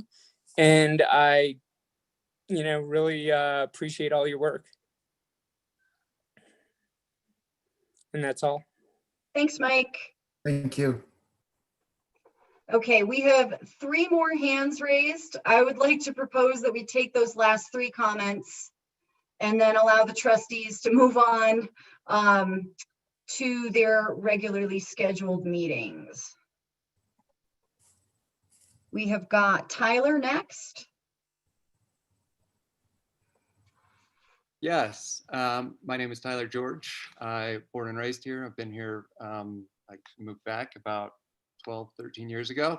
And this is my first chance to observe one of these meetings, and it's my own fault. I've been busy doing some other things, but a couple of comments regarding this expansion. First, I didn't realize that it had taken 15 years to work on getting the 92 acres. So how realistic is it to get 800 more acres, and it's not going to take several decades? Something to think about. That wasn't my main concern. My main concern is I'm wondering, what other examples have you looked at of small ski towns that brought in a private partner that invested tens of millions of dollars that didn't then turn around and demand changes or ask an ask from the town that they weren't prepared to do originally? Once you bring in an investment of that size, I'm not sure what they're going to promise you on the front end, but they're going to be looking for a return on the back end. I studied resort management. I have a degree in business administration, and the number one way that people who invest in ski areas make return on their investment is property speculation and real estate. And if that happens here, such as it is done in many other small mountain towns, that we're starting off with a small ski area, then I'm going to echo, Casey's point. A lot of us will be priced out. That I work at the ambulance, and I can tell you we make $12.50 an hour as EMTs there, and I wouldn't be able to afford to live in almost any other mountain town with a ski area in Colorado. And as far as private investment goes, I would also like to point out that I've watched the other ski area that we have in this town make promises to the county commissioners when they put the ski area in, and then later when the commissioners asked them to follow through on some of the promises they had made, they outright bullied the commissioners and even blackmailed them into not having to do it by saying, well, we'll move our helicopter to Alaska and we won't open the lift. And so I really hope that when you're bringing in private partnership, you have some sort of ironclad agreement with them that is, you can make sure that the community, it is what the community wants, and it isn't them and them looking for a return on the monies that they're putting in. And the numbers that I've seen so far, I just don't see how in good faith, they're not going to look for something that's going to allow them to get a return on investment that, is going to be substantial. So I think we should, really be careful. Thank you. Thank you, Tyler. Two more, and then we're going to call it. We've got Scott Fetchenheimer next.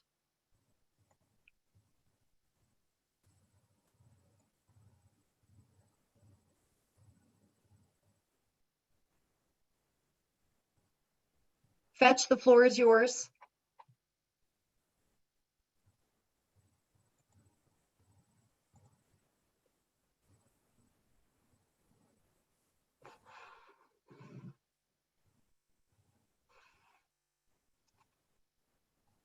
Looks like we may be having some technical difficulty. I'm going to promote our last speaker to be able to talk, and then we can double back to Fetch if he gets his audio working. Cliff Pinto. Can you hear me? Yes, we can. Okay. My name is Cliff Pinto, year-round resident. I just wanted to thank the committee members, you, Lisa, and everybody involved in this process. I've had quite a bit of concerns of what this would look like, but through some of these meetings and hearing the discussions, I understand a little more of what the process would be. And I guess, seeing what the next step would be. That way, I understand if I'm in favor of 1 or 2 lifts or completely against 5. So yeah, I'd just like to say that I appreciate what you guys are doing. And I, even from this meeting, understand the process a little bit more and are, I guess, interested in seeing what the next step would be. So I know exactly what I'm for or for against. Thank you. Thank you, Cliff. Fetch, you're up.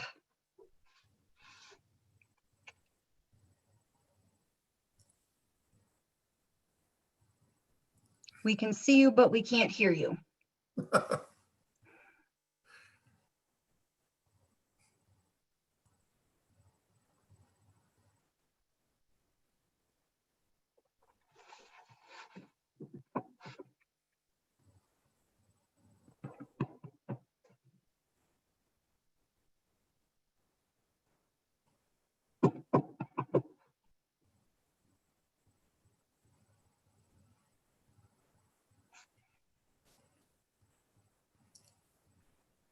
Well, we're going to be starting our next meeting with a public comment period. So if we're able to figure it out, we can open it back up. Okay, great. I'm going to pop us back into a screen share really quick. I do want to just share some resources with the community and mention that the town website on the community visioning page has all of the documents relevant to this planning process. They're also available on skikendall.com. The Master Planning Committee has created a Facebook page where we're sharing updates as well. And then for those of you that would like printed copies or to review printed copies of any of these materials, we do have them available at the front desk in Town Hall. So thank you, everybody. Thank you for being civil and bringing some really great questions and concerns to the table. I've been taking notes, and I'm probably going to go back and review the video from the meeting and bring some of these things to our next committee meeting for discussion. And thank you once again to all of the committee members for your volunteer time and effort. It is greatly appreciated. And with all of that being said, I am going to hand it back over to Mayor Furman, unless the one last thing I do want to just ask of the trustees is next steps as proposed in tonight's discussion. Are there objections to us moving forward as proposed?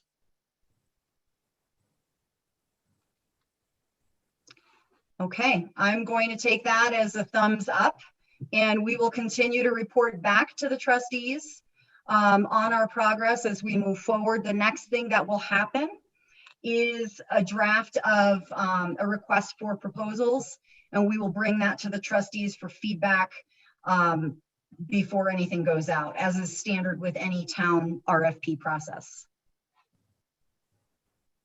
Okay.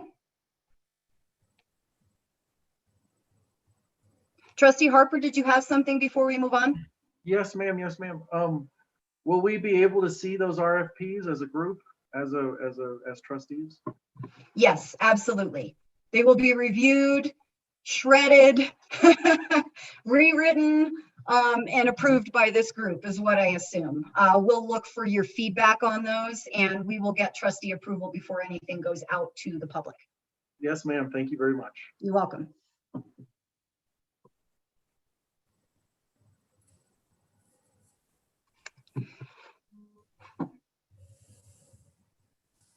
I see a hand from Trustee Barella.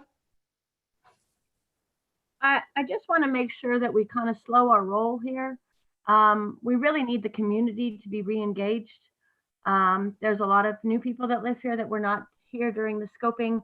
I think before we move forward with an RFP, we really should do potentially one large scoping. Right now, it's very difficult with the pandemic because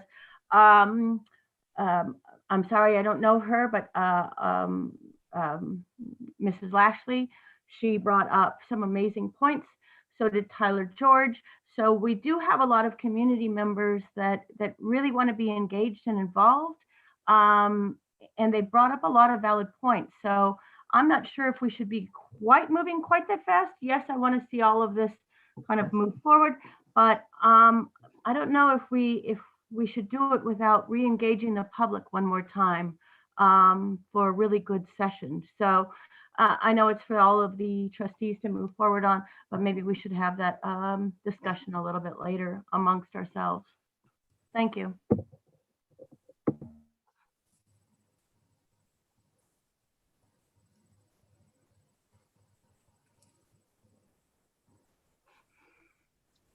If there's nothing else, I am going to turn it over to Commissioner McKay has his hand up.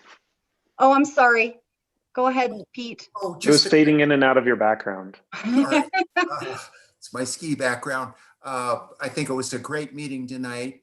As I understood it, Lisa, you called the question to the trustees and there was no objection. And then at the very end, Trustee Barella brought up what I think was an objection, but I'd like it to be clarified tonight. It seems that either 6 out of the 7 trustees or a vast majority are supportive of us moving forward. And I think as a committee, we need to know that right now and not if we're having the support of the trustees, we move forward and not not stall at this point. How would you address that? I would want to know why you think it's just the trustees that need to support you. We need all of the community to buy in on this. Whatever that needs to go forward, this is our town. This is where we live. Everybody gets upset for 2.5, 3 months when we're overrun with OHVs. What are we going to feel like when we're overrun with skiers? I mean, we already have I-14 in the summertime playing on a joke, obviously, which is 14th Street towards KENDALL. So what are we going to do when that's a year-round traffic thing? So I'm not saying that I don't want the committee to continue. I'm just saying I think we need a little bit of public scoping to find out which direction everybody really wants to go. I understand the reasoning for asking for 800, even though we're only receiving 92, and then moving forward in small increments is one idea. So we've had a lot of public input tonight. So it's not just the trustees that you have to worry about, it's the entire public at large. And we have to do what our constituents want us to do because they put us in this position to make the right decisions on their behalf. No, So that is why I'm asking if we can just maybe do a public scoping. It doesn't, I mean, you guys can continue the work on the RFP, but I think it needs to be done because we need to re-engage the community. Thank you. Can I address that just very, very briefly? Molly, that is the absolute intent. The master planning process is community driven. It is not committee driven. It's not trustee driven.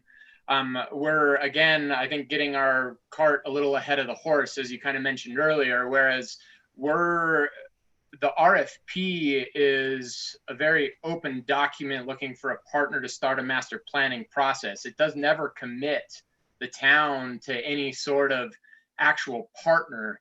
There will be a master planning process that will then go into some sort of large contract that will have to be then signed and agreed and gone through every lawyer's hands before you as the town board, if we even get to that place while you are still on the board, that point will be when there's actually teeth for like, hey, this is moving forward in some manner. The master planning process is fully intended to be that scoping exercise with the community. It is not intended to be this RFP is going to define every term. The RFP kind of defines some general bookends of what we as a committee are recommending to you as the board as far as what we believe is viable, through all of the research that we've done. It's not something that says, well, the base is going to be 500 feet this way, and there's going to be a lift here, and there's going to be 3 of them or 2 of them or 5 of them, or it's going to be 300 acres or 800 acres. That community visioning process is on our list to start with as we develop this RFP for the town board to look at, so that the committee as well as the community feel armed and engaged when this potential private partner even comes to the table through this RFP process. But the master planning is where the community is going to be heavily involved with determining what is it that they even want. So I don't think that process is outside of the scope of what we're moving forward on right now. I think there's a little confusion between what the RFP is and what the actual master planning process that actually drives the end contract of the private partner public partnership. And so I'm hopeful that answers your question, that yes, we need that community involvement, but I think we're getting the cart ahead of the horse as far as stopping the committee from developing an RFP to present to the town board that is far more open bookends looking for a potential partner than it is defining what the ski area is going to be. Thank you, Kevin. I totally agree. The entire master planning process is community engagement, or should be. The committee's been aggregating questions for months. The community's been aggregating questions for years, and questions without more data doesn't get us very far. I would like to see the committee move forward faster to get us more data so that we have more information to engage with, to ask more better questions. So I'm definitely in full support of the committee moving forward at this stage so that we have more information to make better decisions and ask better questions on. And I think the questions tonight were awesome and should be added to the list of questions to consider as we move forward.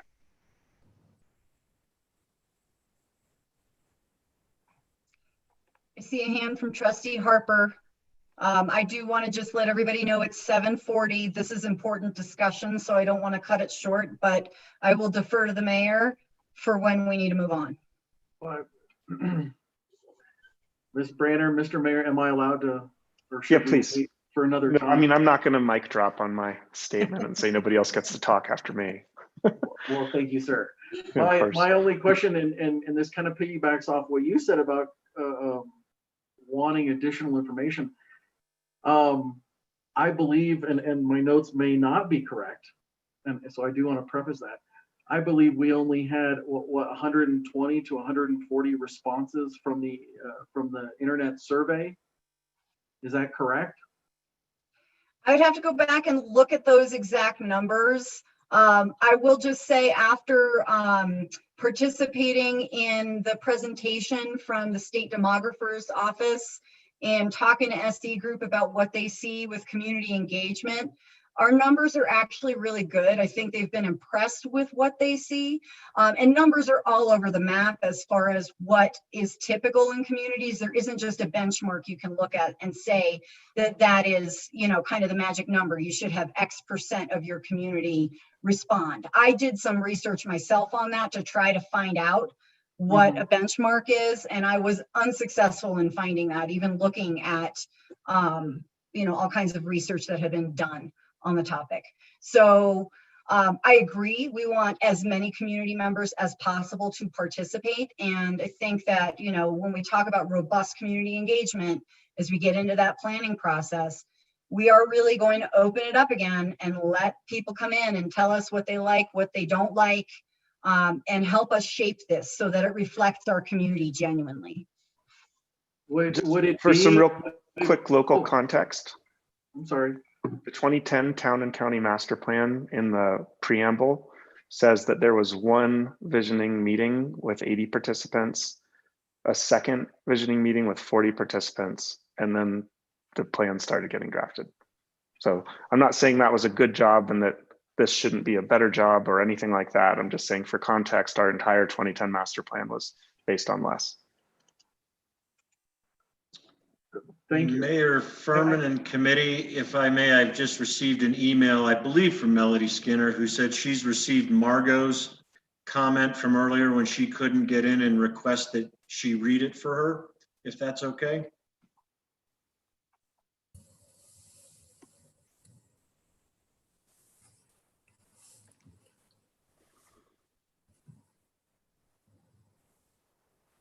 Okay, Margot, I just promoted you to panelist, so hopefully you can speak. Actually, I think it may be Oh, Melody. it's Melody that we're trying That's to going get. to read Margot's statement to clarify. Got it. All right, Melody, you should be, once you unmute yourself, you should be able to speak.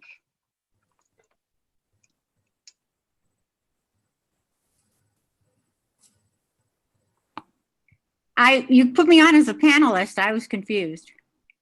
And sometimes Zoom is funny. It wouldn't give me the option to just have Margot talk. That's fine. So, Thank you so yeah. much. I'm glad she got this to me.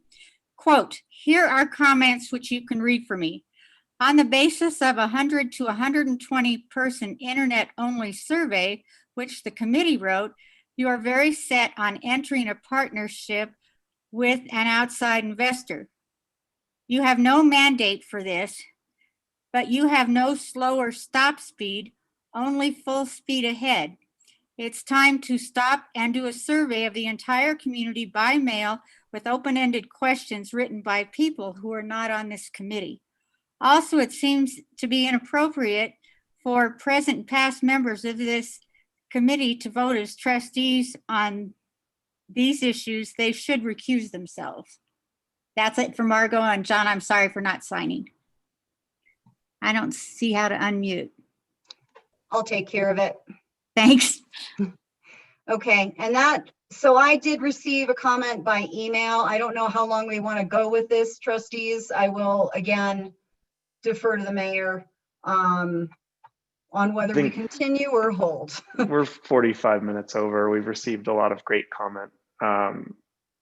Trustee Wiegert? With all due respect, I haven't got a chance to speak tonight, and I'd like to cede my time to this email. I think it's important that everybody has the opportunity to be heard, and I don't feel good moving forward without allowing all the information. Okay, so I will read to you then, and I'm not sure if this was sent to anyone else, but I can forward it to the trustees as well. It's from Sarah Tesher. My name is Sarah Tesher, and I live at 1003 Cement Road in the Cabooses. While a resident of Durango, Silverton is not my second home, but my haven and my community.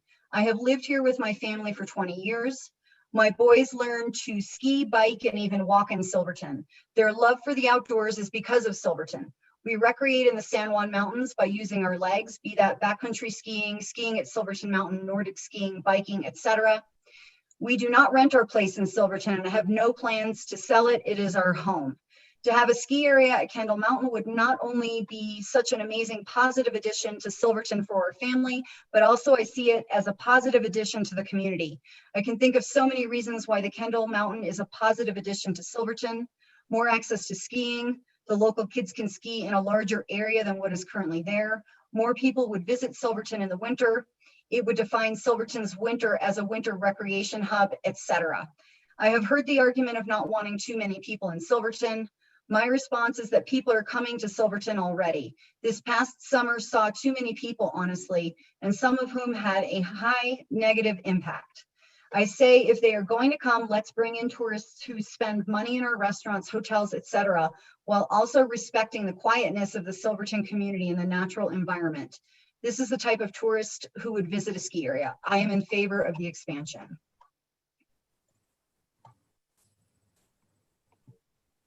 All right, thank you. Commissioner McKay. Thank you, Mr. Mayor. I think we've had some great comments tonight. We've heard from the school kids. It's been a 3-year process. The volunteers on the committee have spent 1.5 years. I think we've earned the right to hear tonight if we're supported by the trustees or not. I know I've heard from Jess and Molly that perhaps they're not in favor, but that isn't a majority. I'd like to call the question here and now. And if we have support. Yeah, I'll interrupt on Jess's behalf. Trustee Wiegert didn't comment at all.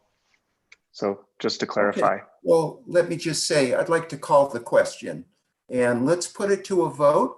And if we have a majority of trustees that would like us to move forward with a draft of a request for proposal, just a draft, then let's continue our work. If we don't have support from the trustees, why is it that you asked us to form a committee, and how could you ask us to keep volunteering? Just another quick clarification. It's my understanding that we don't vote during a work session. We can have we can show direction based on majority, but we would not have a formal vote. So that's just a clarification. Trustee Lashley. Yeah, sure. I don't think that anybody here has said that they're not in favor with the committee moving forward. I just think that a couple members of the board have expressed that some additional visioning sessions or community engagement would be something that they'd appreciate seeing from the committee as well. And that's how I feel as well. I haven't spoken up about it because it's already been voiced. I think that Trustee Barella said it fairly well. So I agree with that. I think that, you know, some extra community visioning could be a positive for this process, but I am in complete support of it moving forward towards the RFP and you guys continuing on the way that you envision moving forward. Let's do a quick round robin to understand the direction that each trustee would like to see the committee move. So Trustee Barella, would you like to further state what you've already said? I think it was pretty well said already. Well stated already. Thank you. Thank you. Trustee Lashley. Well, Trustee Lashley, I'd like further clarification from Trustee Lashley. That was a little ambiguous. Were you agreeing with Trustee Barella to hold on the RFP until further visioning has been done? Or would you like to see the RFP in the next, month? I said to slow it down. I didn't say to stop a process. I said to slow things down to re-engage the community. That's all I said. I'm not necessarily in favor of slowing or halting or changing the speed of how the committee is progressing, but I think that community visioning through this process has been important in developing the ideas and the process as we've had it, and I don't necessarily agree that halting community visioning or waiting until we have a final RFP is necessarily the best course forward. I completely think that the committee continuing forward is a great idea.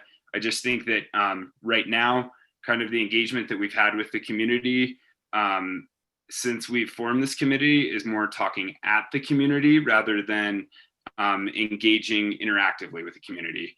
And I think, continuing to do visioning sessions would be one way that we could potentially continue an interactive process with the community.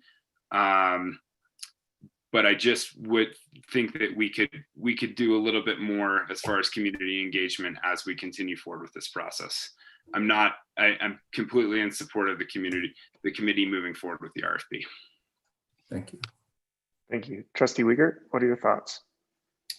I would agree with Trustee Lashley. I thought that was very well said. I do think the fact that this meeting has already gone an hour over its scheduled time is proof that the community has stuff to say. And we've heard from our constituents, and a lot of the trustees have brought up excellent points tonight in this discussion. And I think it has been very productive, but it is proof that people have stuff to say and they do want to engage the process. Again, I would agree with Trustee Lashley and Trustee Barella. We should continue to incorporate the public and community vision sessionings. Thank you. Trustee Bierma, what do you think? I will keep it short. I would echo the same sentiments as Trustee Lashley and the things that Trustee Wiegert just brought up. I think wording is really important, and my only suggestion would be, I've heard the wording community values a lot, and I feel like changing that to the community and their values, it's a little more inclusive to people as well as values. Thank you. Trustee Harper? Sir, thank you so much.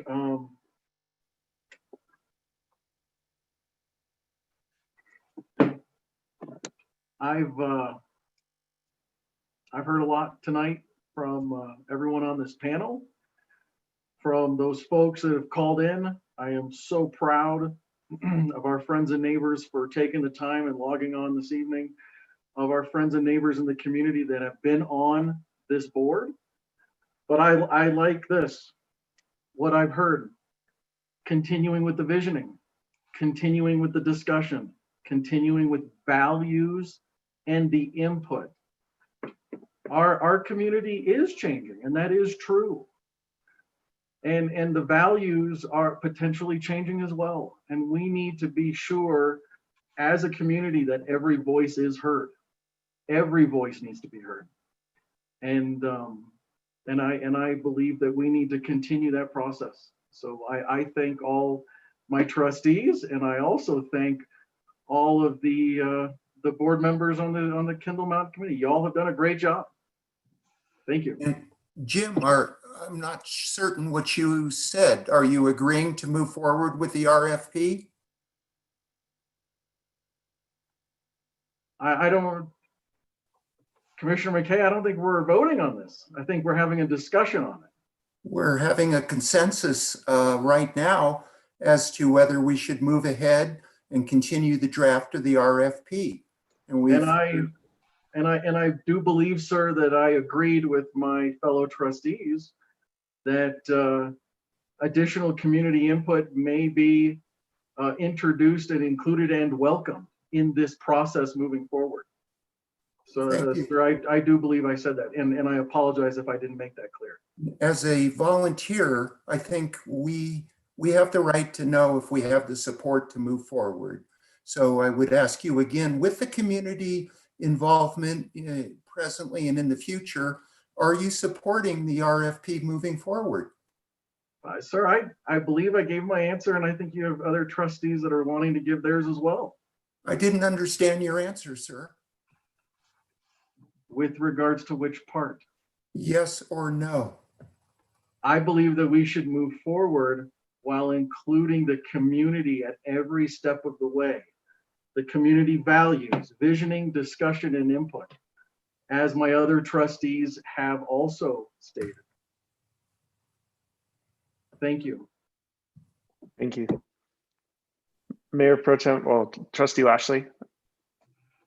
I'm sorry to interject here again in the middle of this, but I just want to say that the committee has done a really great job in moving forward with a community visioning session during the restrictions and the complications that we have with the COVID-19 is going to be extremely hard, and that's going to be a whole discussion in itself and how to develop that and effectively do it, since we can't all meet in the same room and draw on whiteboards and create all that. So that creates a whole nother problem. And I just want to say that I appreciate that all of the steps that the committee's done along the way. And if we need to have more meetings to figure out how to best do this, that's going to be another long discussion.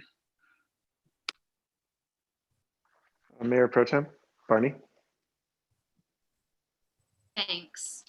I'm so grateful for all the people who came tonight and spoke up. And I think that's really helpful input, and the committee hears you. I think right now, I'm obviously really intimately connected with this whole process and all of the thinking behind it. So, and I think even for me, there's so much unknown still.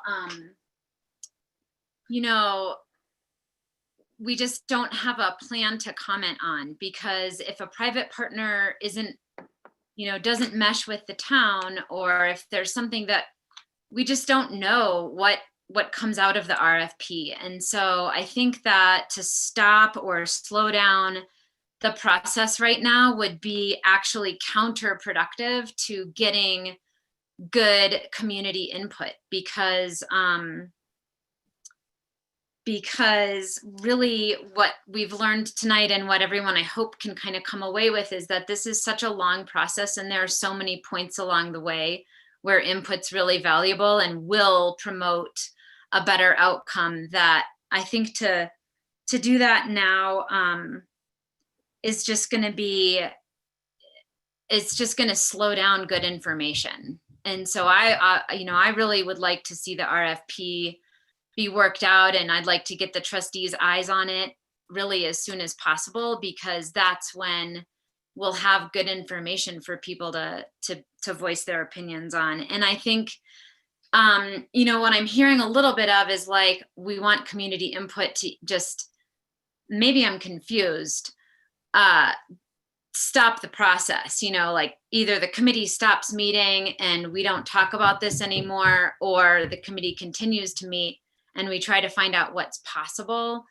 But I just think that to stop the process or to slow the committee from meeting right now will hinder what's already been a really robust and thorough and creative process along the way. And so, the committee is open. We meet with open meetings every other week. So these voices, we have public participation at all of those meetings. And so voices along the way that want to be heard, a really good way to do that is to participate in the meetings, especially because for us to stop and figure out public participation in a way that can reach, over 200 people in a time of coronavirus, we've spent a good amount of time discussing it. And without having a master planning process in place, I think it's just fool's work. I think we're we're not there yet. So I look forward to the RFP where we can all really have something to sink our teeth into. And the responses from the RFP, there are a lot of stopping points along the way that we haven't hit yet. And if we get to a point where we're just not comfortable, we hit the brakes. And this would be a really, I think, unfortunate time to hit the brakes. Thank you. I'm really impressed with this conversation. I think what everyone has said has been awesome.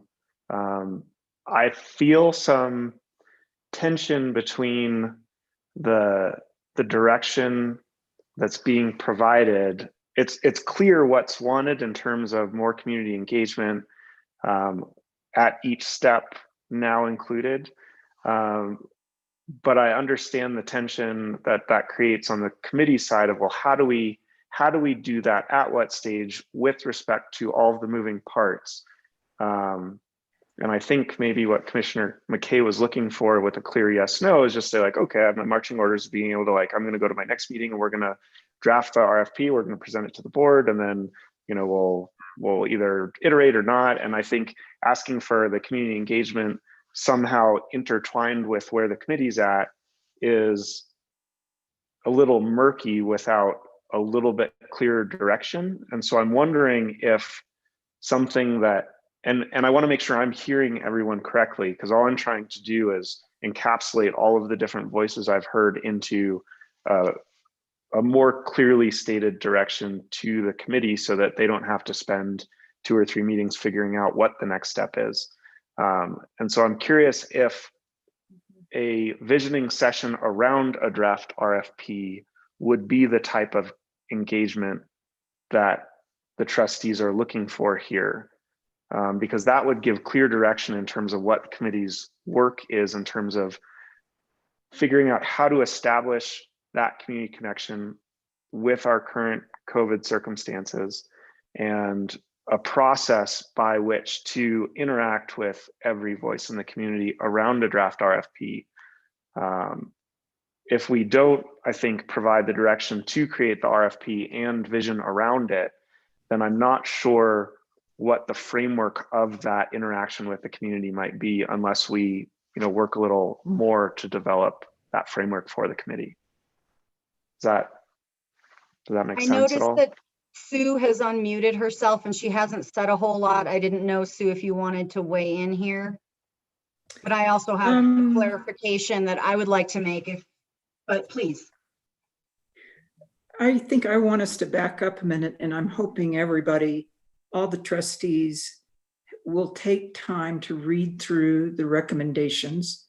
They really are guiding principles based on how we want to move forward with the partner. Mainly almost everything in there is community-based. It addresses housing, and it addresses, you know, just how we go forward with all the various impacts we know are going to be in front of us. The main part of all of this is planning, is super planning from the very beginning on how to control, how to align ourselves so that what comes our way or what we invite to the table, we control, we know what the community is going to look like, going to react to, is going to be protected.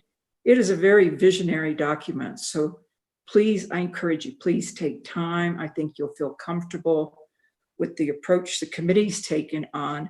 It's just a guiding document for the trustees to move into the next steps, which are going to be the RFP and the culmination of a plan then.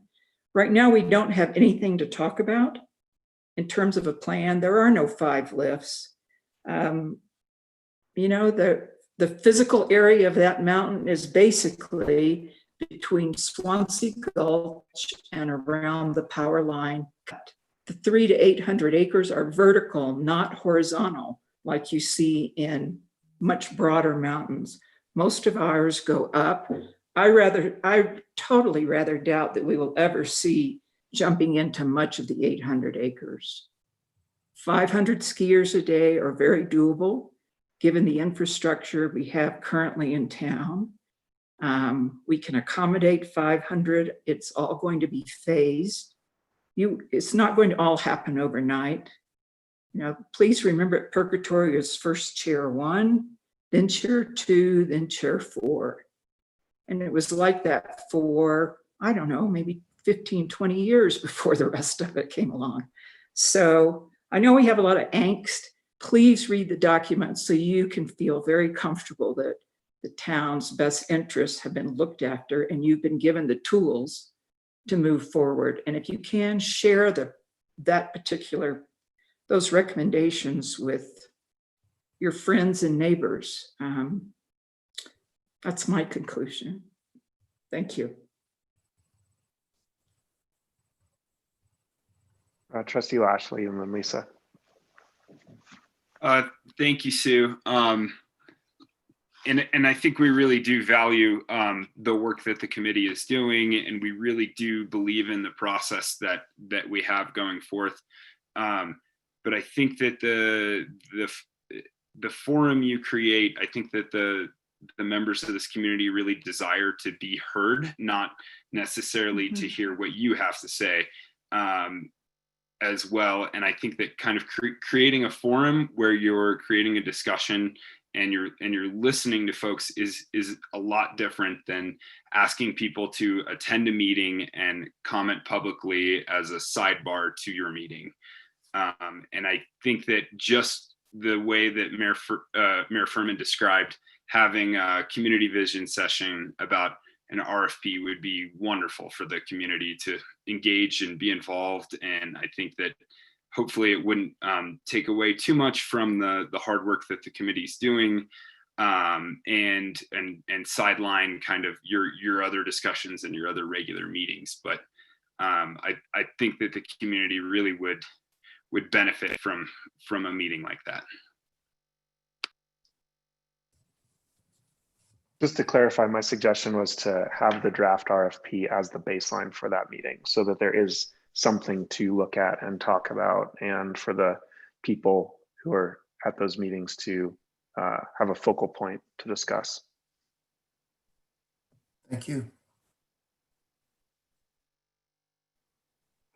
Lisa? To that point, Mayor Furman, we've been talking a lot about cart before horse tonight, and I would like to just give you a little insight into conversations the committee has had where we have discussed the question of community engagement and when it's appropriate in the process and how it benefits and supports the process and where it can be most useful. And that's actually been a pretty big topic amongst the group. We've had several false starts on the idea of creating some kind of a forum for public engagement right now. I think one of the concerns of the group is that without something for people to respond to, what are they actually commenting on or engaging with? And that's part of why we've been talking about moving into the planning phase so we can actually get some schematics and some concepts out there for people to respond to. Otherwise, we just, I think some of the concern was what were we actually gaining from that process that would contribute to the process moving forward in a fruitful way. So that's what some of the conversation has been around that. I don't think there's a resistance to having public engagement. I think to the contrary, there's quite a desire to engage the community and have conversation. And we're just trying to figure out how to make it fruitful for the process, fruitful for community members, and not have people feel more frustrated by that than they would if they actually had something to respond to and react to.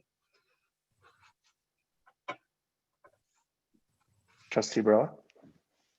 So I'm really glad to see that was an excellent answer, Lisa. Same way with what Austin had said. That's what I'm saying. So let's slow down. Let's just figure this out a little bit differently.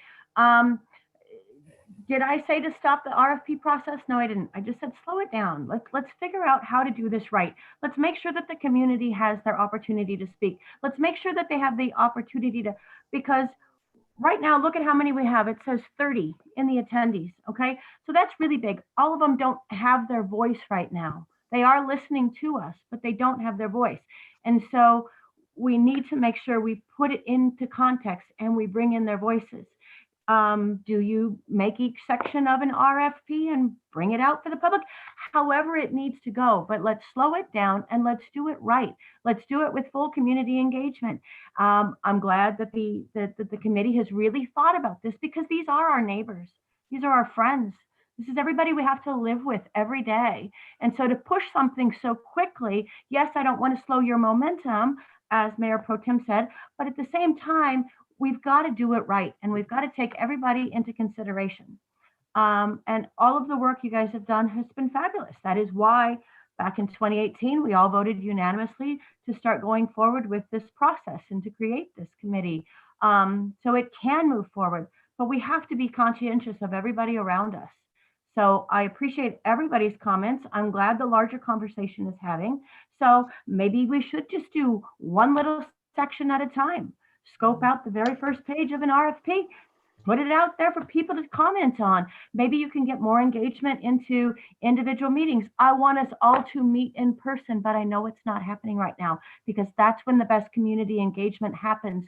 You get to look in their eye, you get to feel their passion, you get to see their emotion and what they're speaking to you about. This doesn't do that. I might see you smiling, but I don't feel you. So I think we're back on the right track without having to force ourselves into a vote, which we don't do in a work session. And I really appreciate it. And I think that is details that I think Lisa and probably Sue, it sounds like the two of you are meshing really well, that you can work together to figure out how to slow it down, give the community an input on every section, however it needs to go. But let's do it right, and let's do it with thought for what's moving forward. It's obvious you guys have put a lot of work into doing that. So let's just keep that role with the public engaged. So I appreciate all your time, and I want to make sure that we all remember that we do have another couple of meetings ahead of us, and we are coming up on 8:15, and I appreciate it. Thank you. Thank you. All right, closing remark. I agree with everything Trustee Barella said, but I also think that we don't know what the RFP looks like until we see a draft. So it may not be feasible to break it into sections, or maybe it is. We don't know. So I think my suggestion to the committee as an individual would be draft the RFP, present it to the board, and don't have an expectation that the board's going to approve it, but that the board's going to request that there be multiple public engagement sessions in connection with that RFP. But I would say, for clarity, it sounds like it's a good idea to go ahead and draft RFP for presentation to the board. Thank you. Thank you. This was a very productive and significantly over timed work session, but I think it was worth it. Thank you all for joining. For any of the attendees on the line, you are welcome to stay on this line. We're going to use the same Zoom room for the regular town trustee meeting, which is going to start as soon as, do we need to stop this recording and start a new one, Lisa? Or do we just keep it going? We're going to roll right through on this.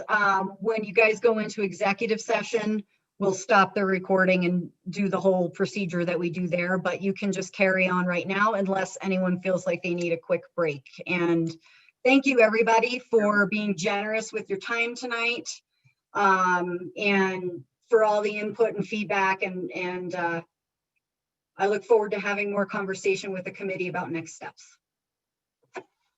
Thank you very much. Do I see hands up for a quick break? Yes, please. 2 minutes or 5?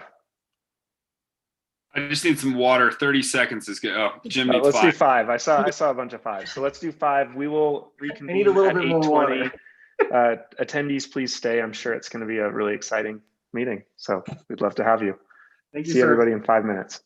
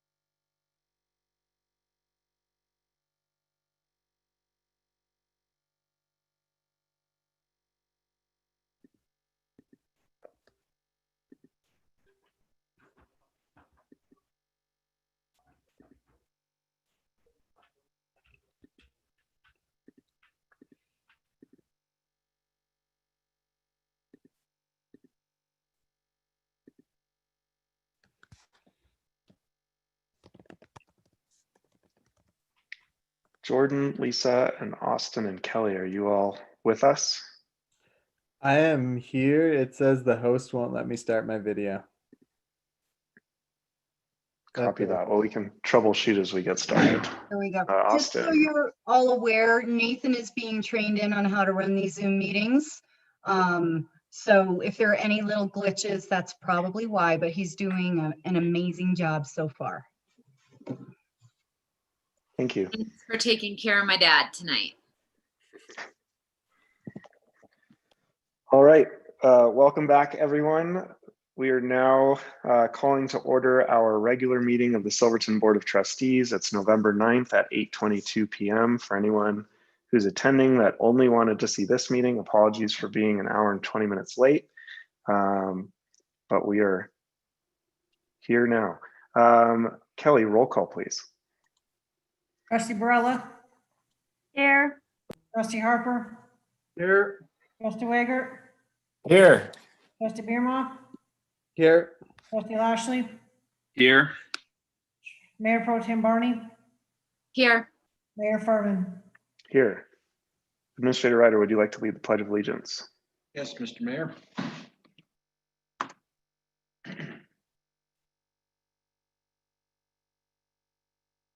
I pledge allegiance to the flag of the United States of America and to the republic for which it stands, one nation, under God, indivisible, for liberty and justice for all. Thank you. Any staff or board revisions to tonight's agenda? Mr. Mayor, I only have one slight agenda. Item 4C, we're changing the name or numbering of the resolution to 2020-11. That's what I have in my packet. Oh, it is. Okay, maybe I had the last to last minute agenda, but okay, good. And no changes necessary. All right, the only other change I have is Attorney Kosnick emailed me a slightly different executive session reference that says executive session for the purpose of discussing personnel matters regarding the town administrator's duties and receiving legal advice pursuant to CRS section 24.6.402 4FI and 24.6.402 4B. So we'll just need that motion to reflect that at that time.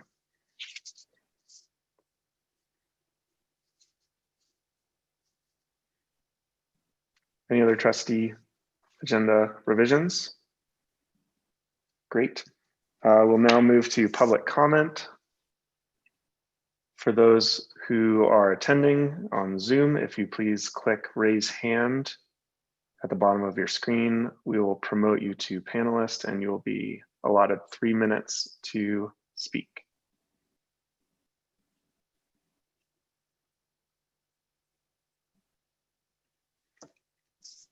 Seeing none, we will move on to our next agenda item. I do not see any additional presentations or proclamations this evening. Oh, Trustee Lashley. Oh, I see an attendee hand. Yeah, an attendee. That's all I was going to say. Yep, good catch. Mr. Kraus. The floor is yours. All you need to do is unmute yourself. Hey, I just want to say good on y'all for persevering. That's it. Nice work. Night. Thank you.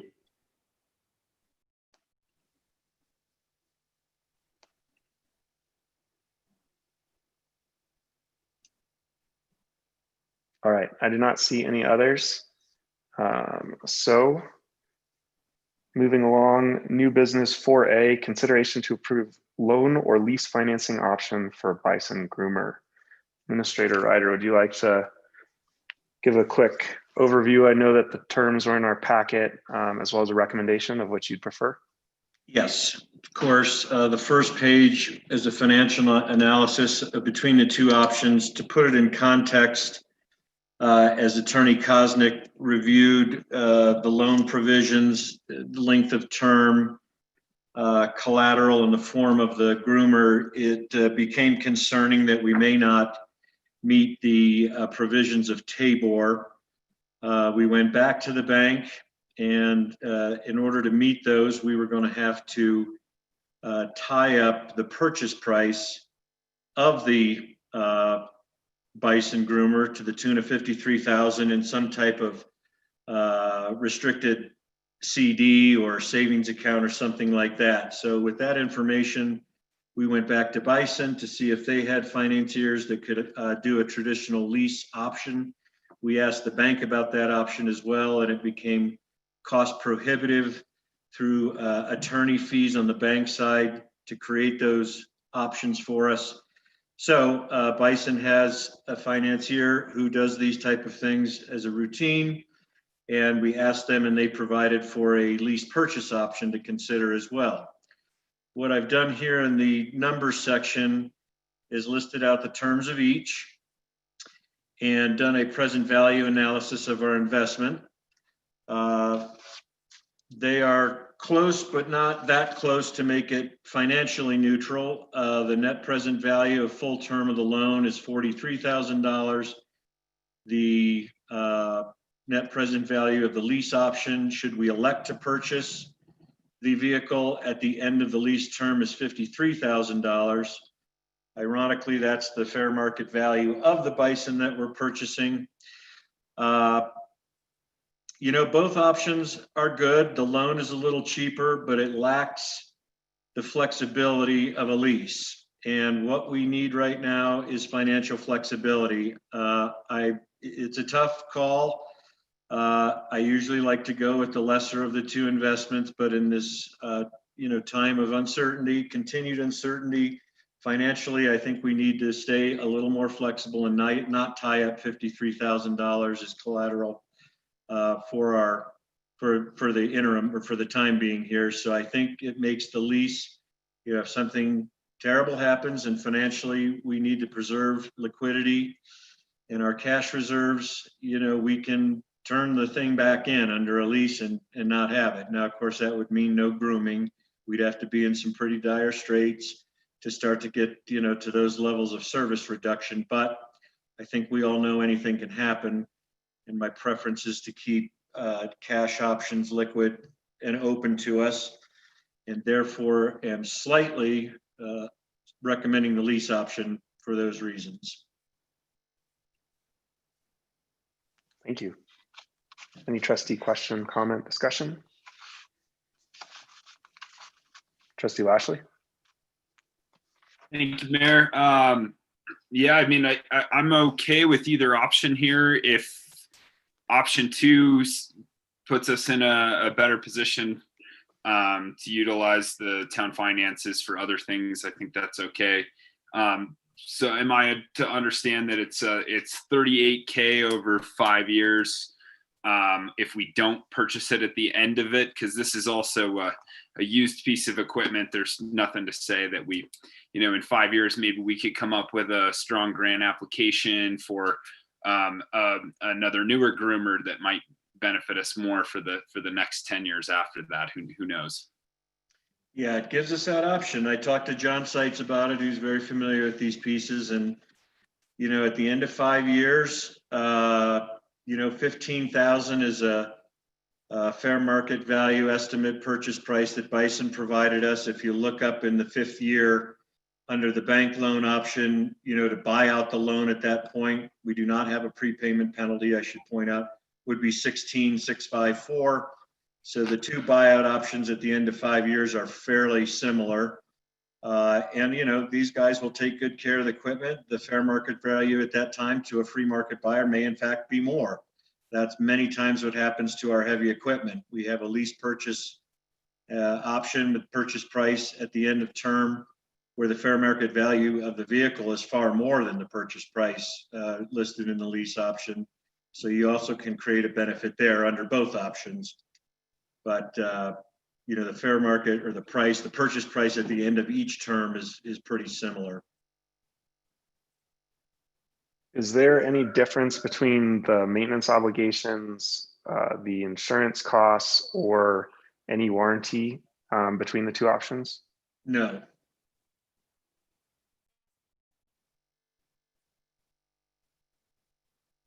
Trustee Wiegert.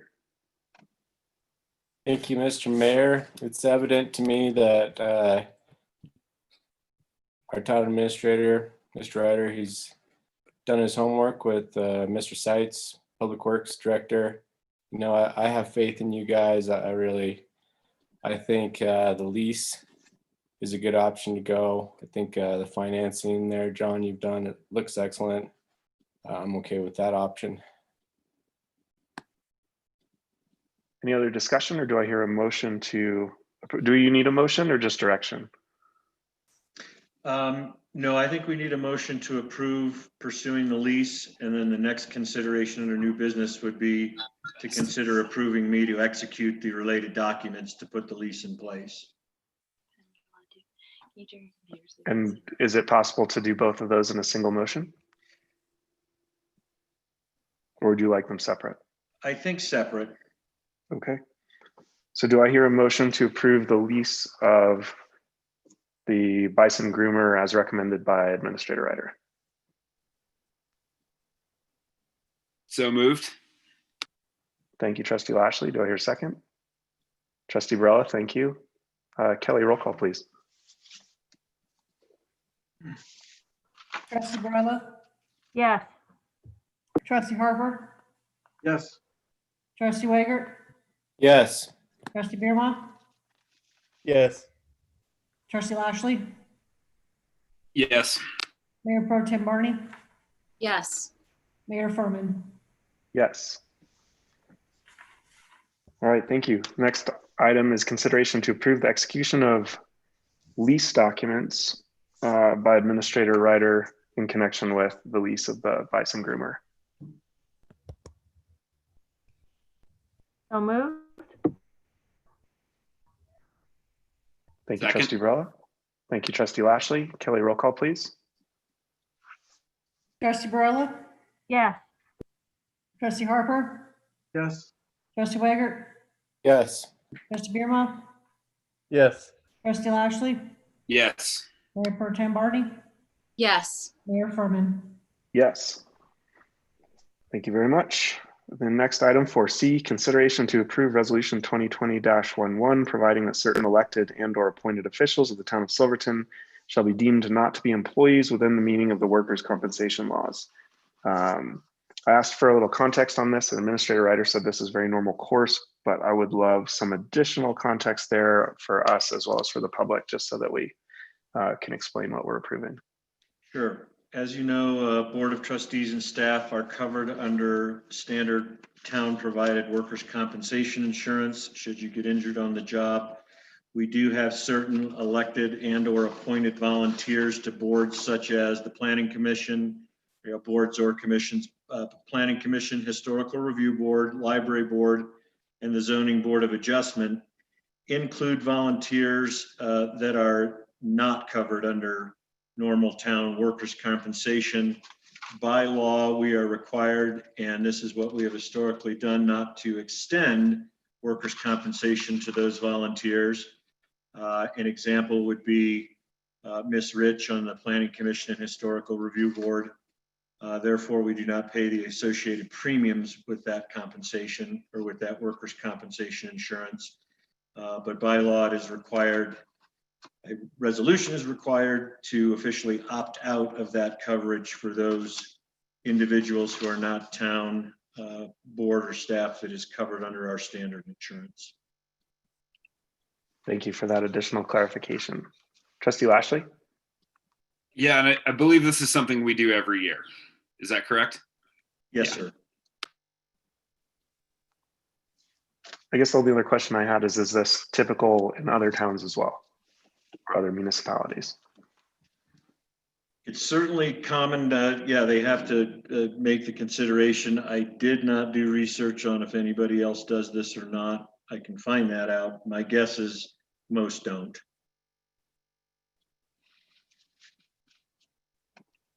Thank you.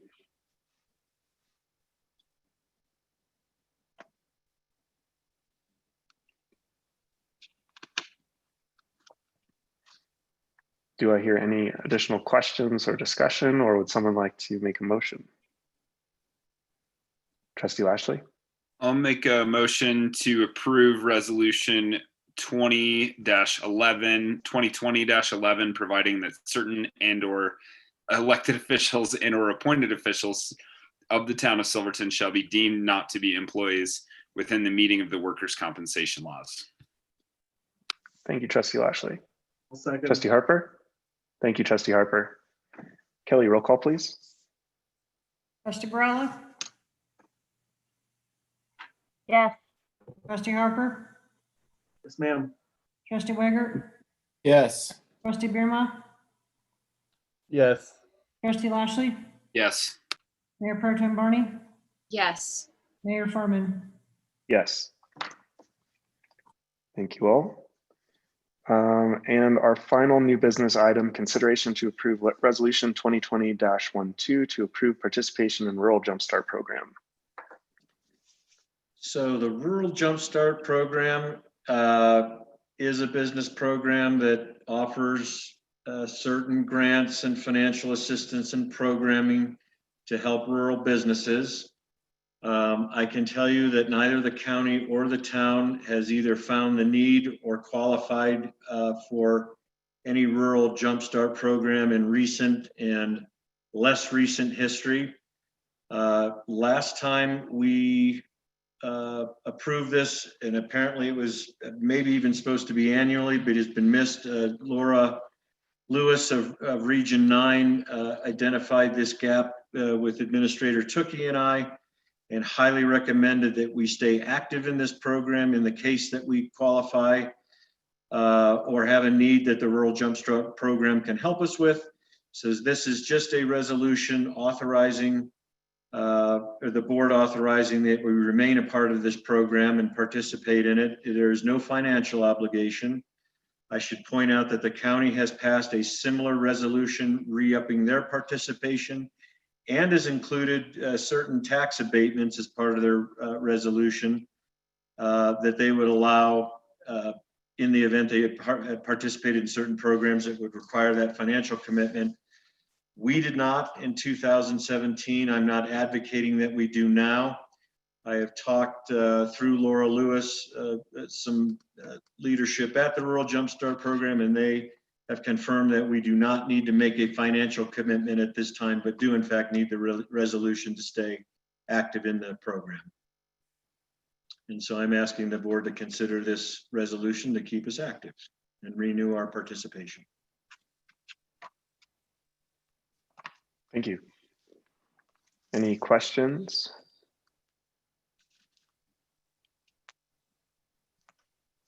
Well, you all know what's next. Do I hear a motion? I'll make a motion to approve resolution 2020-12 to approve participation in the Rural Jumpstart Program. Second. Thank you, Trustee Lashley and Trustee Barella. Kelly, roll call, please. Trustee Barella? Yes. Trustee Harper? Yes. Trustee Wiegert? Yes. Trustee Bierma? Yes. Trustee Lashley? Yes. Mayor Pro Tem Barney? Yes. Mayor Furman? Yes. Any issues? Thank you. Any issues in the consent agenda that would require us to pull them out of the consent agenda, or do I hear a motion to approve the consent agenda?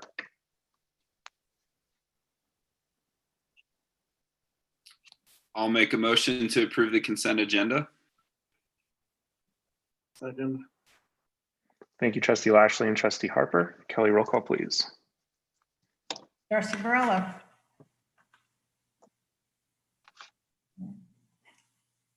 Can't get my mouse to stay on unmute. Yes. Trustee Harper? Yes. Trustee Wiegert? Yes. Trustee Bierma? Yes. Trustee Lashley? Yes. Mayor Pro Tem Barney? Yes. Mayor Furman? Yes. Administrator Eder, over to you. Staff reports. Okay, starting with town administrator and clerk.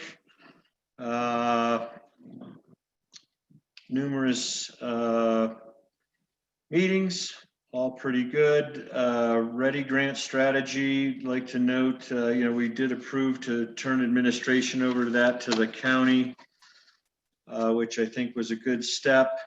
Staff had a great ordinance VRBO review. We're making revisions to the VRBO. We're going to meet again Friday. The main considerations were what to do in the BP zone. We got some excellent feedback from the Planning Commission regarding BP zone and keeping it perhaps used by right and not putting limitations that we are putting the wording together. We'll review and then probably reconvene the ordinance committee to address those changes.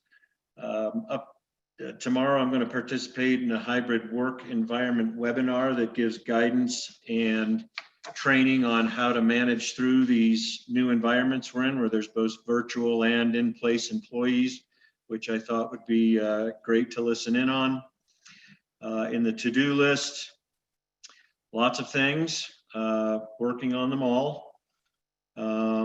Upcoming issues.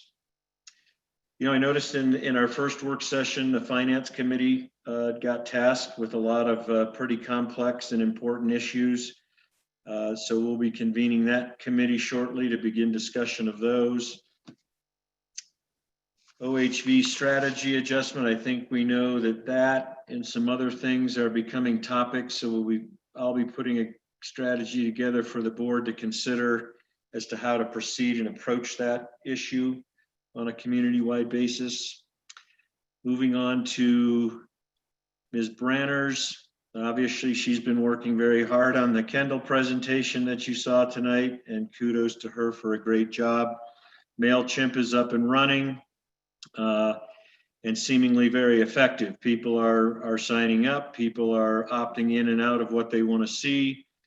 So I think that's going to be a really great tool to keep people informed. She has also been working on the Opportunity Zone prospectus. I've seen that where wording is nearly done. Graphic design and the pictures and the presentation are being worked on by Gina Rosada, or are about to be. So that one's almost coming to a conclusion. Both her and Todd Bove have been working real hard, and we had a meeting all together earlier this week. Or Lisa, was it late last week? We've already seen the revisions that are being presented to the OEM, but they've come up with a good plan to provide safe skiing at KENDALL. We're not going with night events as proposed unless something significant changes. Keeping the lodge closed just for convening and warming up, unfortunately, but we just did not see a way with limitations on the number of people that can be on the lodge side and how we would police it.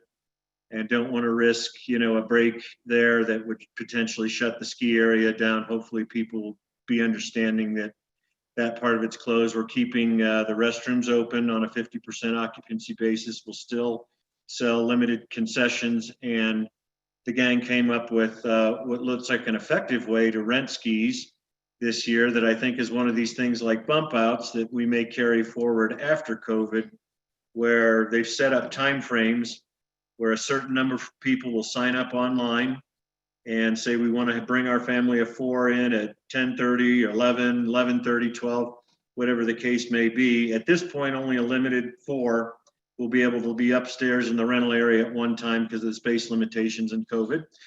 But it will create, or it will eliminate the creation of chaos at 12:45 when everybody comes in to ski at, or I'm sorry, 10:45 when we open, just jam in the rental group up there with all the people wanting skis at once. So this is something we will look at and adjust to, but may continue to offer it beyond COVID as a way to, effectively get people serviced in skis and not create chaos.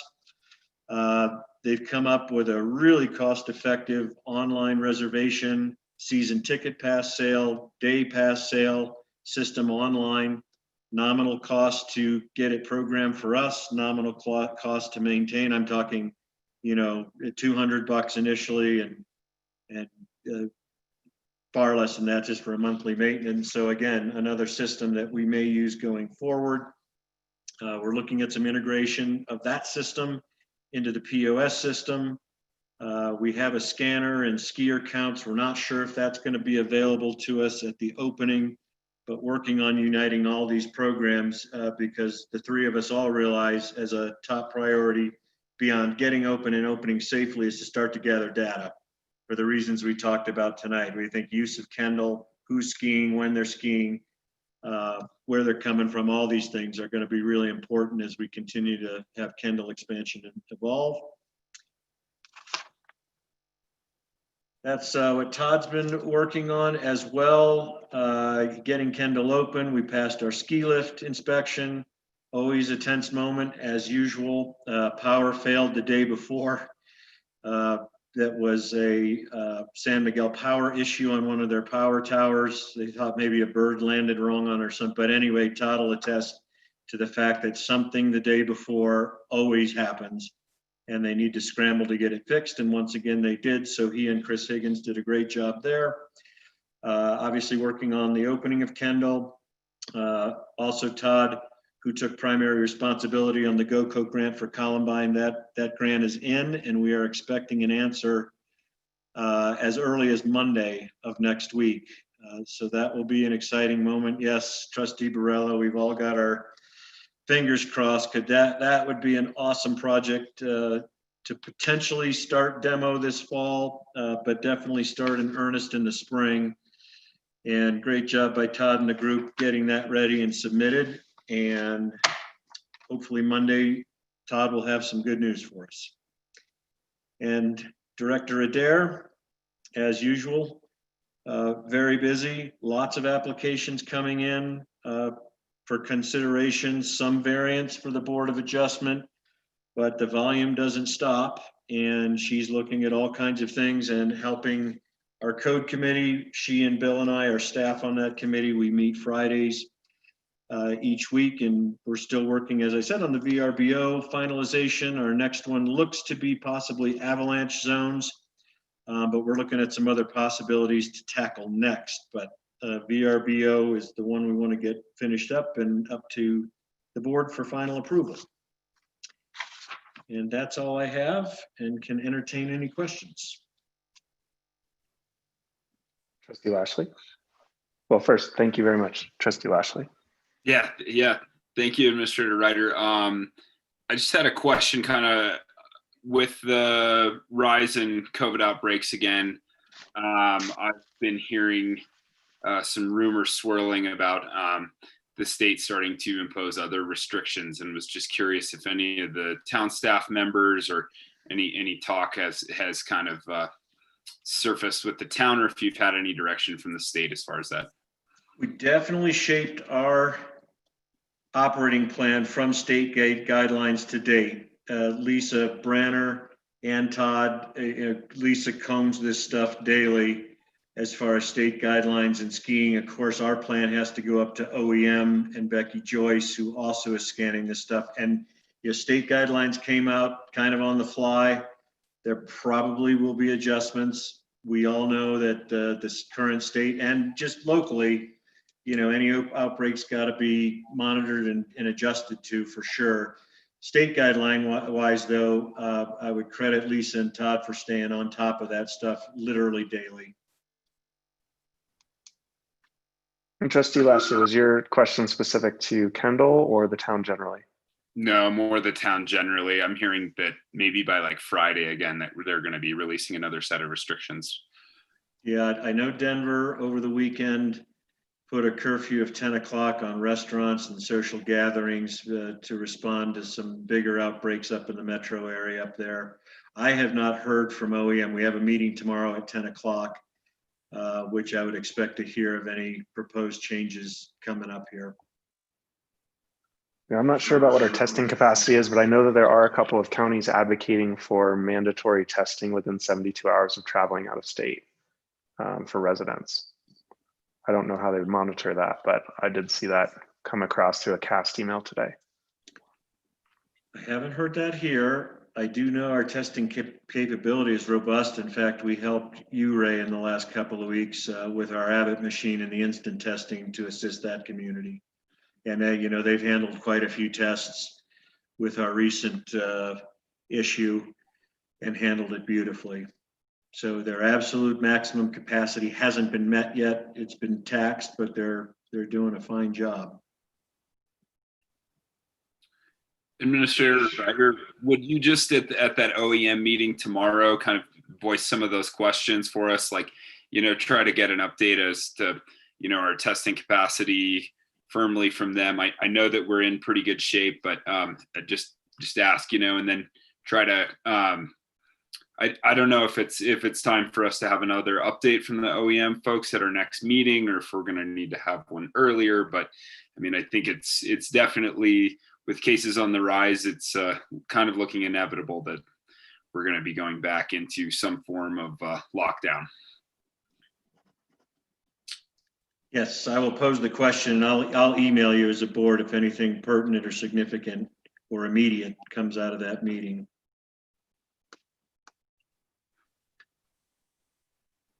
I know that I talked to Becky at length late last week, and they actually have a new swab test that they're asking. They asked town if we wanted to participate. I said yes. Of course, it's a volunteer test, but with people traveling, potentially for Thanksgiving and holidays and so forth, it's a testing kit. As I understand, very easy to administer, a cheek swab, not a nose thing. And results, while not immediately, are turned around pretty quickly. So we're going to participate, on a voluntary basis. Our staff, especially those of us in town hall who are willing to take the test, is kind of a holiday season measure. And you can do it as necessary, when necessary, just to make sure you're clear after perhaps traveling or being in a group of family and friends. Even though we're more confident in that situation, it can sneak in at any time. But I will ask those questions, Trustee Lashley, and get back to you guys if there's a immediate and anything to hear. Quick question for me. I saw, did you say that the hybrid work environment webinar is tomorrow? Tomorrow at noon. I did see that you were planning to take vacation from tomorrow to Friday. And I know that, finding time to carve out for your vacation time has been hard so far. And I was just going to ask if thank you that for changed that. your vacation plans, or if maybe that webinar was not so important, that maybe you should just take the vacation. I appreciate that. And I also may have mentioned in one of my many memos that I do not kid myself to think that I can be out of touch the entire time. And this one's important to me, and it's only an hour at lunchtime. Just wanted to ask the question. And I don't usually eat lunch, so no, I appreciate it, but thank you for that. But I will endeavor to participate.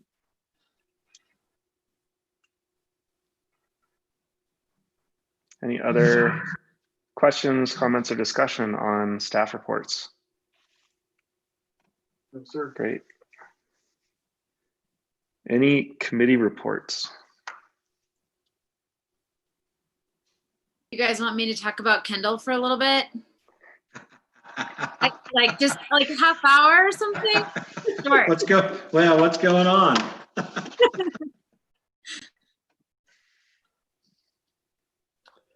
I can jump in and talk about Parks and Rec. We met on October 28th, and let's see, let me bring up my notes here quick. So we did end up discussing the modular space for a little while. We kind of decided that depending on what the use is, the cost to upgrade it so that it's functional may really vary a lot. So I think that's going to be a broader discussion outside of Parks and Rec. And then Lisa, Adair, and Rebecca also were there as, talking about the film permits in the film office.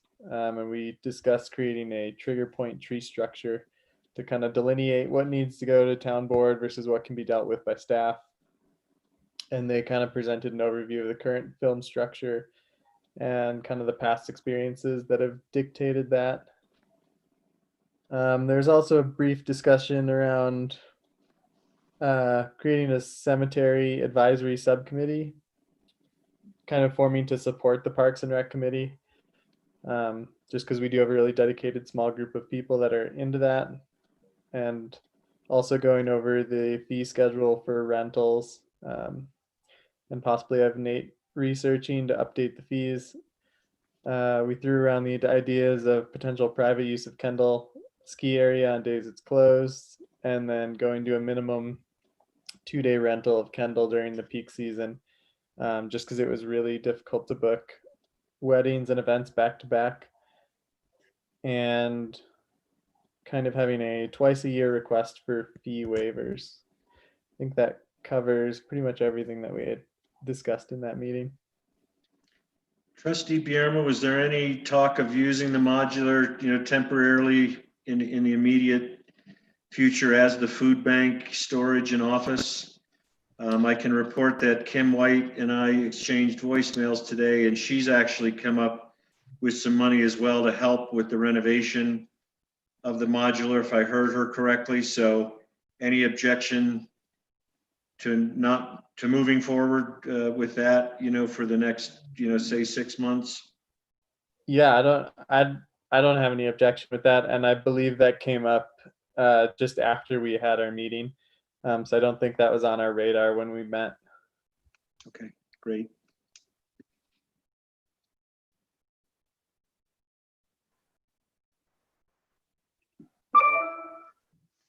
Thank you. Can we refrigerate half of the modular, or not heat half of it, so we have free refrigeration there? Right now, refrigeration is provided by an open window, and heat, we're going to burn all the old furniture. Trustee Harper. Thank you, sir. Trustee Verma, that is fascinating about the cemetery, possibly forming a cemetery committee. I was up there Friday afternoon, and it needs a lot of help. They need a lot of help. So whatever suggestions your group comes up with, I look for, oh, wait, there's Kelly. Whatever suggestions y'all come up with, I'd love to hear them. I have a list of stuff that we've come up and some priorities that I've been working with people. And I'm on the advisory committee with them. Cool. Thank you.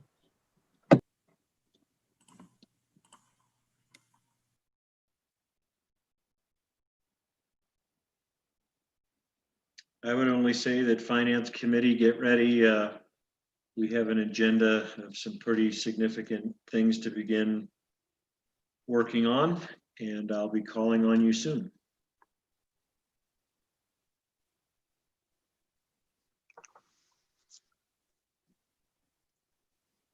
Have there been any other committee meetings? Has the Planning Commission met at all since the last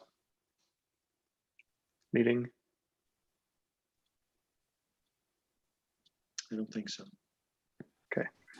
I think I think John went over most of what we talked about. Wasn't that combined with the VRBO? Yeah. Got it. Great. If there are no other committee reports, we'll move on to trustee reports. I had a call this week with Administrator Ryder and the San Juan Development Association board, or at least a number of the representatives, Willie from the county, and Trustee Harper, were you on that call too?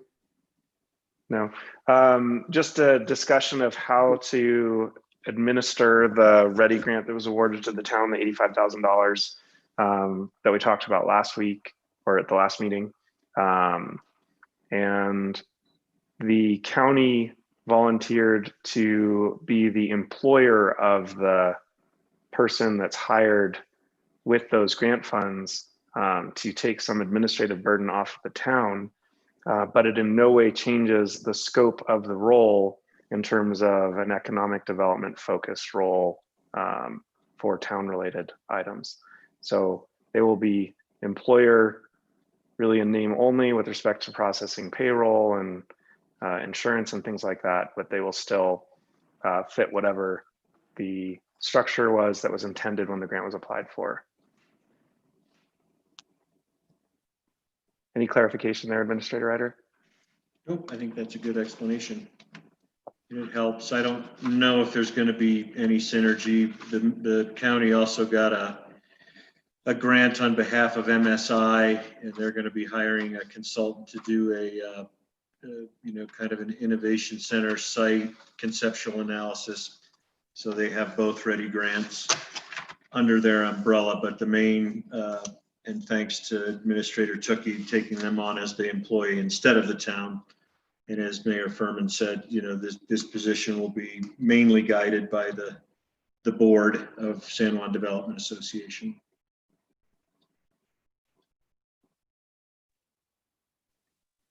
Mayor Pro Tem Barney.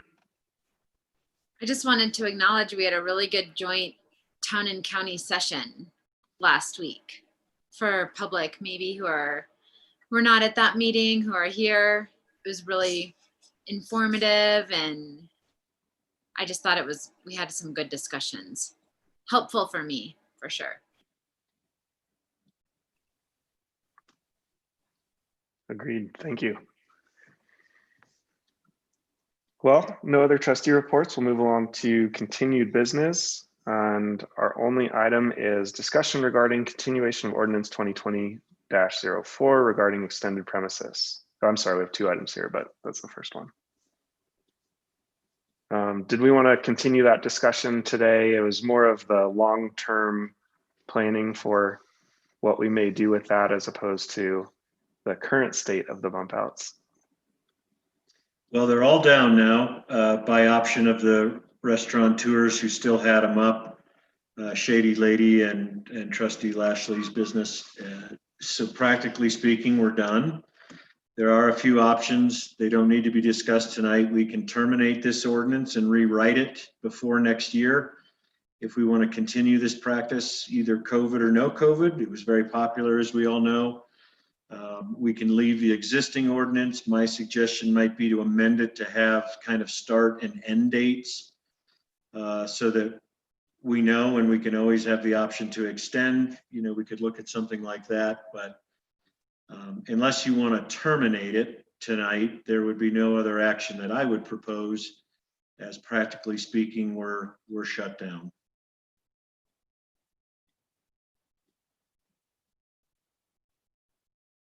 I should add that there was also discussion at the last board work session of perhaps associating a fee for the bump outs and to allocate that fee to specific things like signage improvements and so forth. If we can discuss that as well, either via amendment or a new ordinance. Trustee Brella? What would actually be easier, a new ordinance or an amendment from your perspective, Mr. Ryder? If the only two provisions we were changing at all were setting a time frame and adding a fee, then amendment is probably just as easy. But I'd reread the ordinance and maybe talk to staff a little bit. If any of you have suggestions of anything that could have been done differently or better, or we didn't, if it gets into a more involved changing, then we'd certainly want to just terminate and go to a new ordinance. Trustee Lashley? Yeah, thank you. From my perspective, it all works pretty well. I'm definitely in support of a fee structure for the extended premises portion of it. I think allocating it to specific things could limit us in the future, and I like to have a little. I think it's better to have more flexibility, but I think that that's a valid discussion to have. The one thing that I would like to suggest when we go about this in the future, and this maybe could be a separate ordinance or part of the same, is to examine communal dining areas as part of this as well. My neighbor Roger from the Pits and I had a lot of customers, and some of it was kind of weird, like, no, you can't sit over at Rogers with your beer you have to sit in ours with your beer, but you can eat his food in our area. And it might simplify our lives a little bit better if we could, kind of have a communal dining area and be able to apply for it that way instead of having the standard extension of premises. But that could be a whole separate discussion or ordinance too. So if two neighboring businesses wanted to, they could. Yeah, and I don't know if that would be underneath the same or not. And I understand. That's a great idea. Yeah, we'll look into it some more and see if laws have changed. The main restriction was the liquor crossover. Yeah. And the liquor license. I don't think the food is a problem. That's probably more local dining, but the liquor license was a little more strict in that area. But I think there was also common area consumption and some stuff like that we decided not to pursue this year, but we'll certainly look at it and see if we can improve there. Trustee Burrell. Yeah, that was going to be my suggestion to Trustee Lashley, was having the CCA set up for your two areas, because then it wouldn't matter where you shifted or anybody that had a next door neighbor.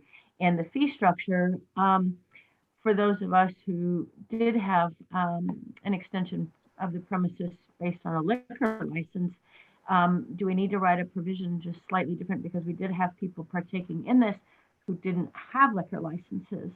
So we need to make sure that if we set up a fee structure, that we don't make it outrageous for somebody who doesn't hold a liquor license.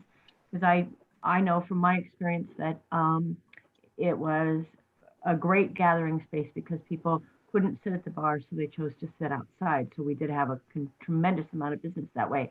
So we want to make sure we don't penalize somebody with our fee structure that doesn't have alcohol. Thank you. And Director Bove just reminded me to keep on our radars.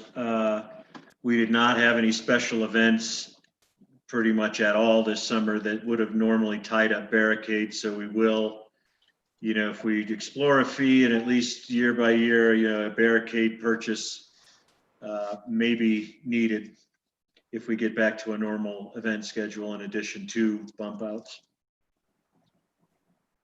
Trustee Burrell. If I'm not wrong, that grant that you're potentially going for with CDOT could help with some of that, either alleviate the stress by purchasing more, or we could actually get those like Durango had, some elevated raised platform areas, and then you build it to spec it out after so there's a lot of possibilities out there available for us to move forward. Trustee Lashley. I just wanted to have one more comment here.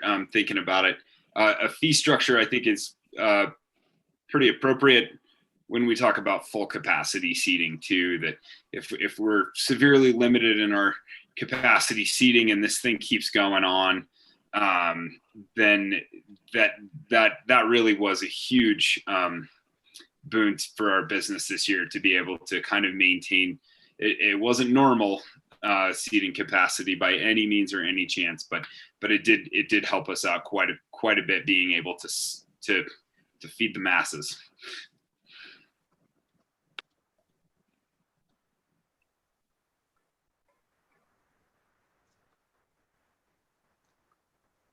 Any action desired this evening? Trustee Burrell? Well, I was just going to say, are we going to take any action? Are we going to leave it, or should we just leave it open for amendments? I like open for amendments.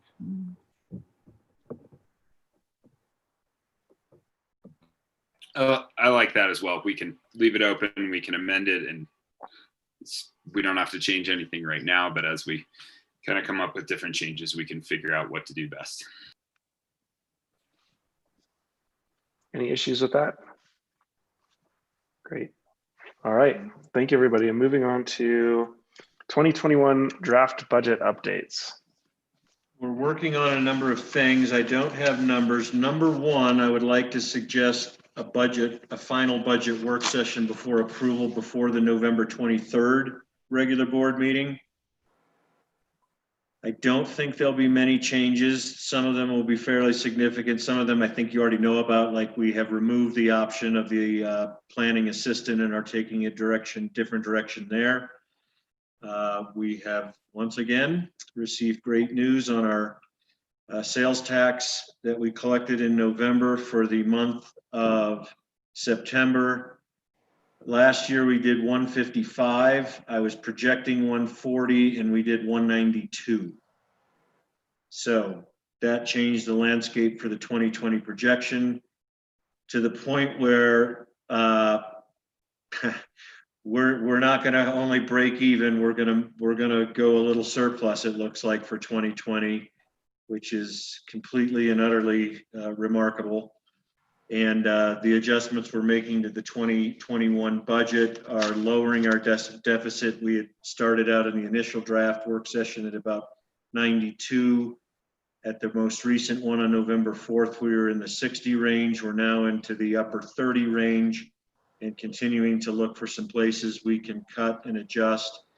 I did raise sales tax projections for next year slightly over what we originally projected, given these continued strong numbers. You know, we'll just have to keep in mind that as we analyze this, the big assumption is that we're going to continue basically stable on this path without large breaks and potential shutdowns. All of that will change things dramatically if it manifests. So, but we're also looking at the things that we would immediately cut and ratchet back on if we hit that stage again. But hope for the best, prepare for the worst.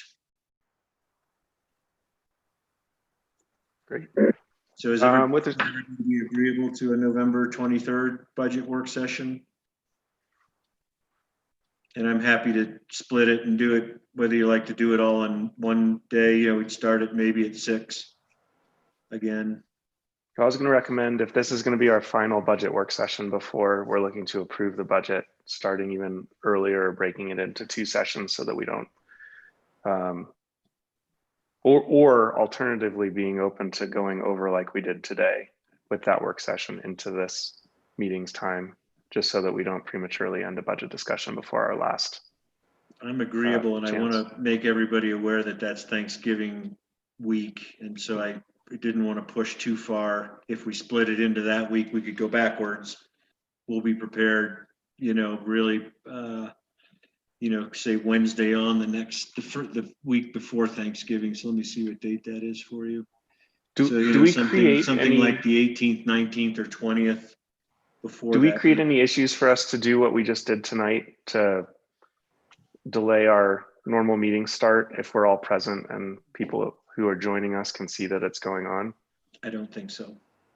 I think it'd be less taxing on everybody to try and have a shorter trustee meeting that evening and allow the budget meeting to go over if needed. As of right now, the 23rd is a light regular meeting agenda. I don't see, unless we might want to have OEM in as a presentation, but that probably wouldn't be long. And then regular items, there's not a lot stacking up. So how does everyone feel about a 6 o'clock start and acknowledging that we may need to eat into the 7 p.m. start time for the regular meeting? Trustee Barella? My question's always for Jess because of his time frame. Would 5:30 work for you, Jess? So that way we are assured that extra 30 minutes?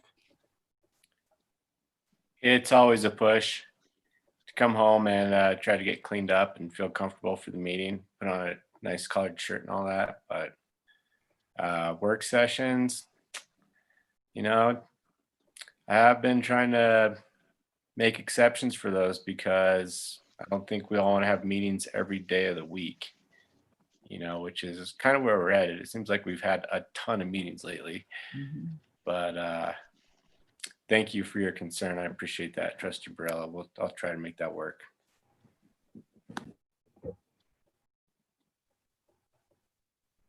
So a 5:30 start time, is there anyone else that would be a challenge for?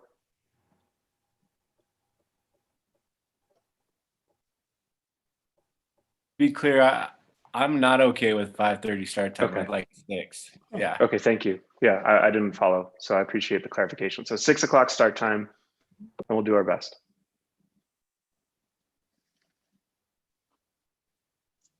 I will do my best, not only to highlight changes as we've done, but create a write-up, prior to that meeting and in the package so that you can clearly understand what we're changing and what we're asking you to consider, and any questions I may have specifically for the board to take action on to make that as efficient as possible. Great. Any other discussion related to the draft budget or that work session? All right. Well, we cruised through this one in under an hour. Public comment. If any of our attendees who are still on would like to speak and you're on Zoom, please click the raise hand button at the bottom of your screen and we will promote you to a panelist to speak.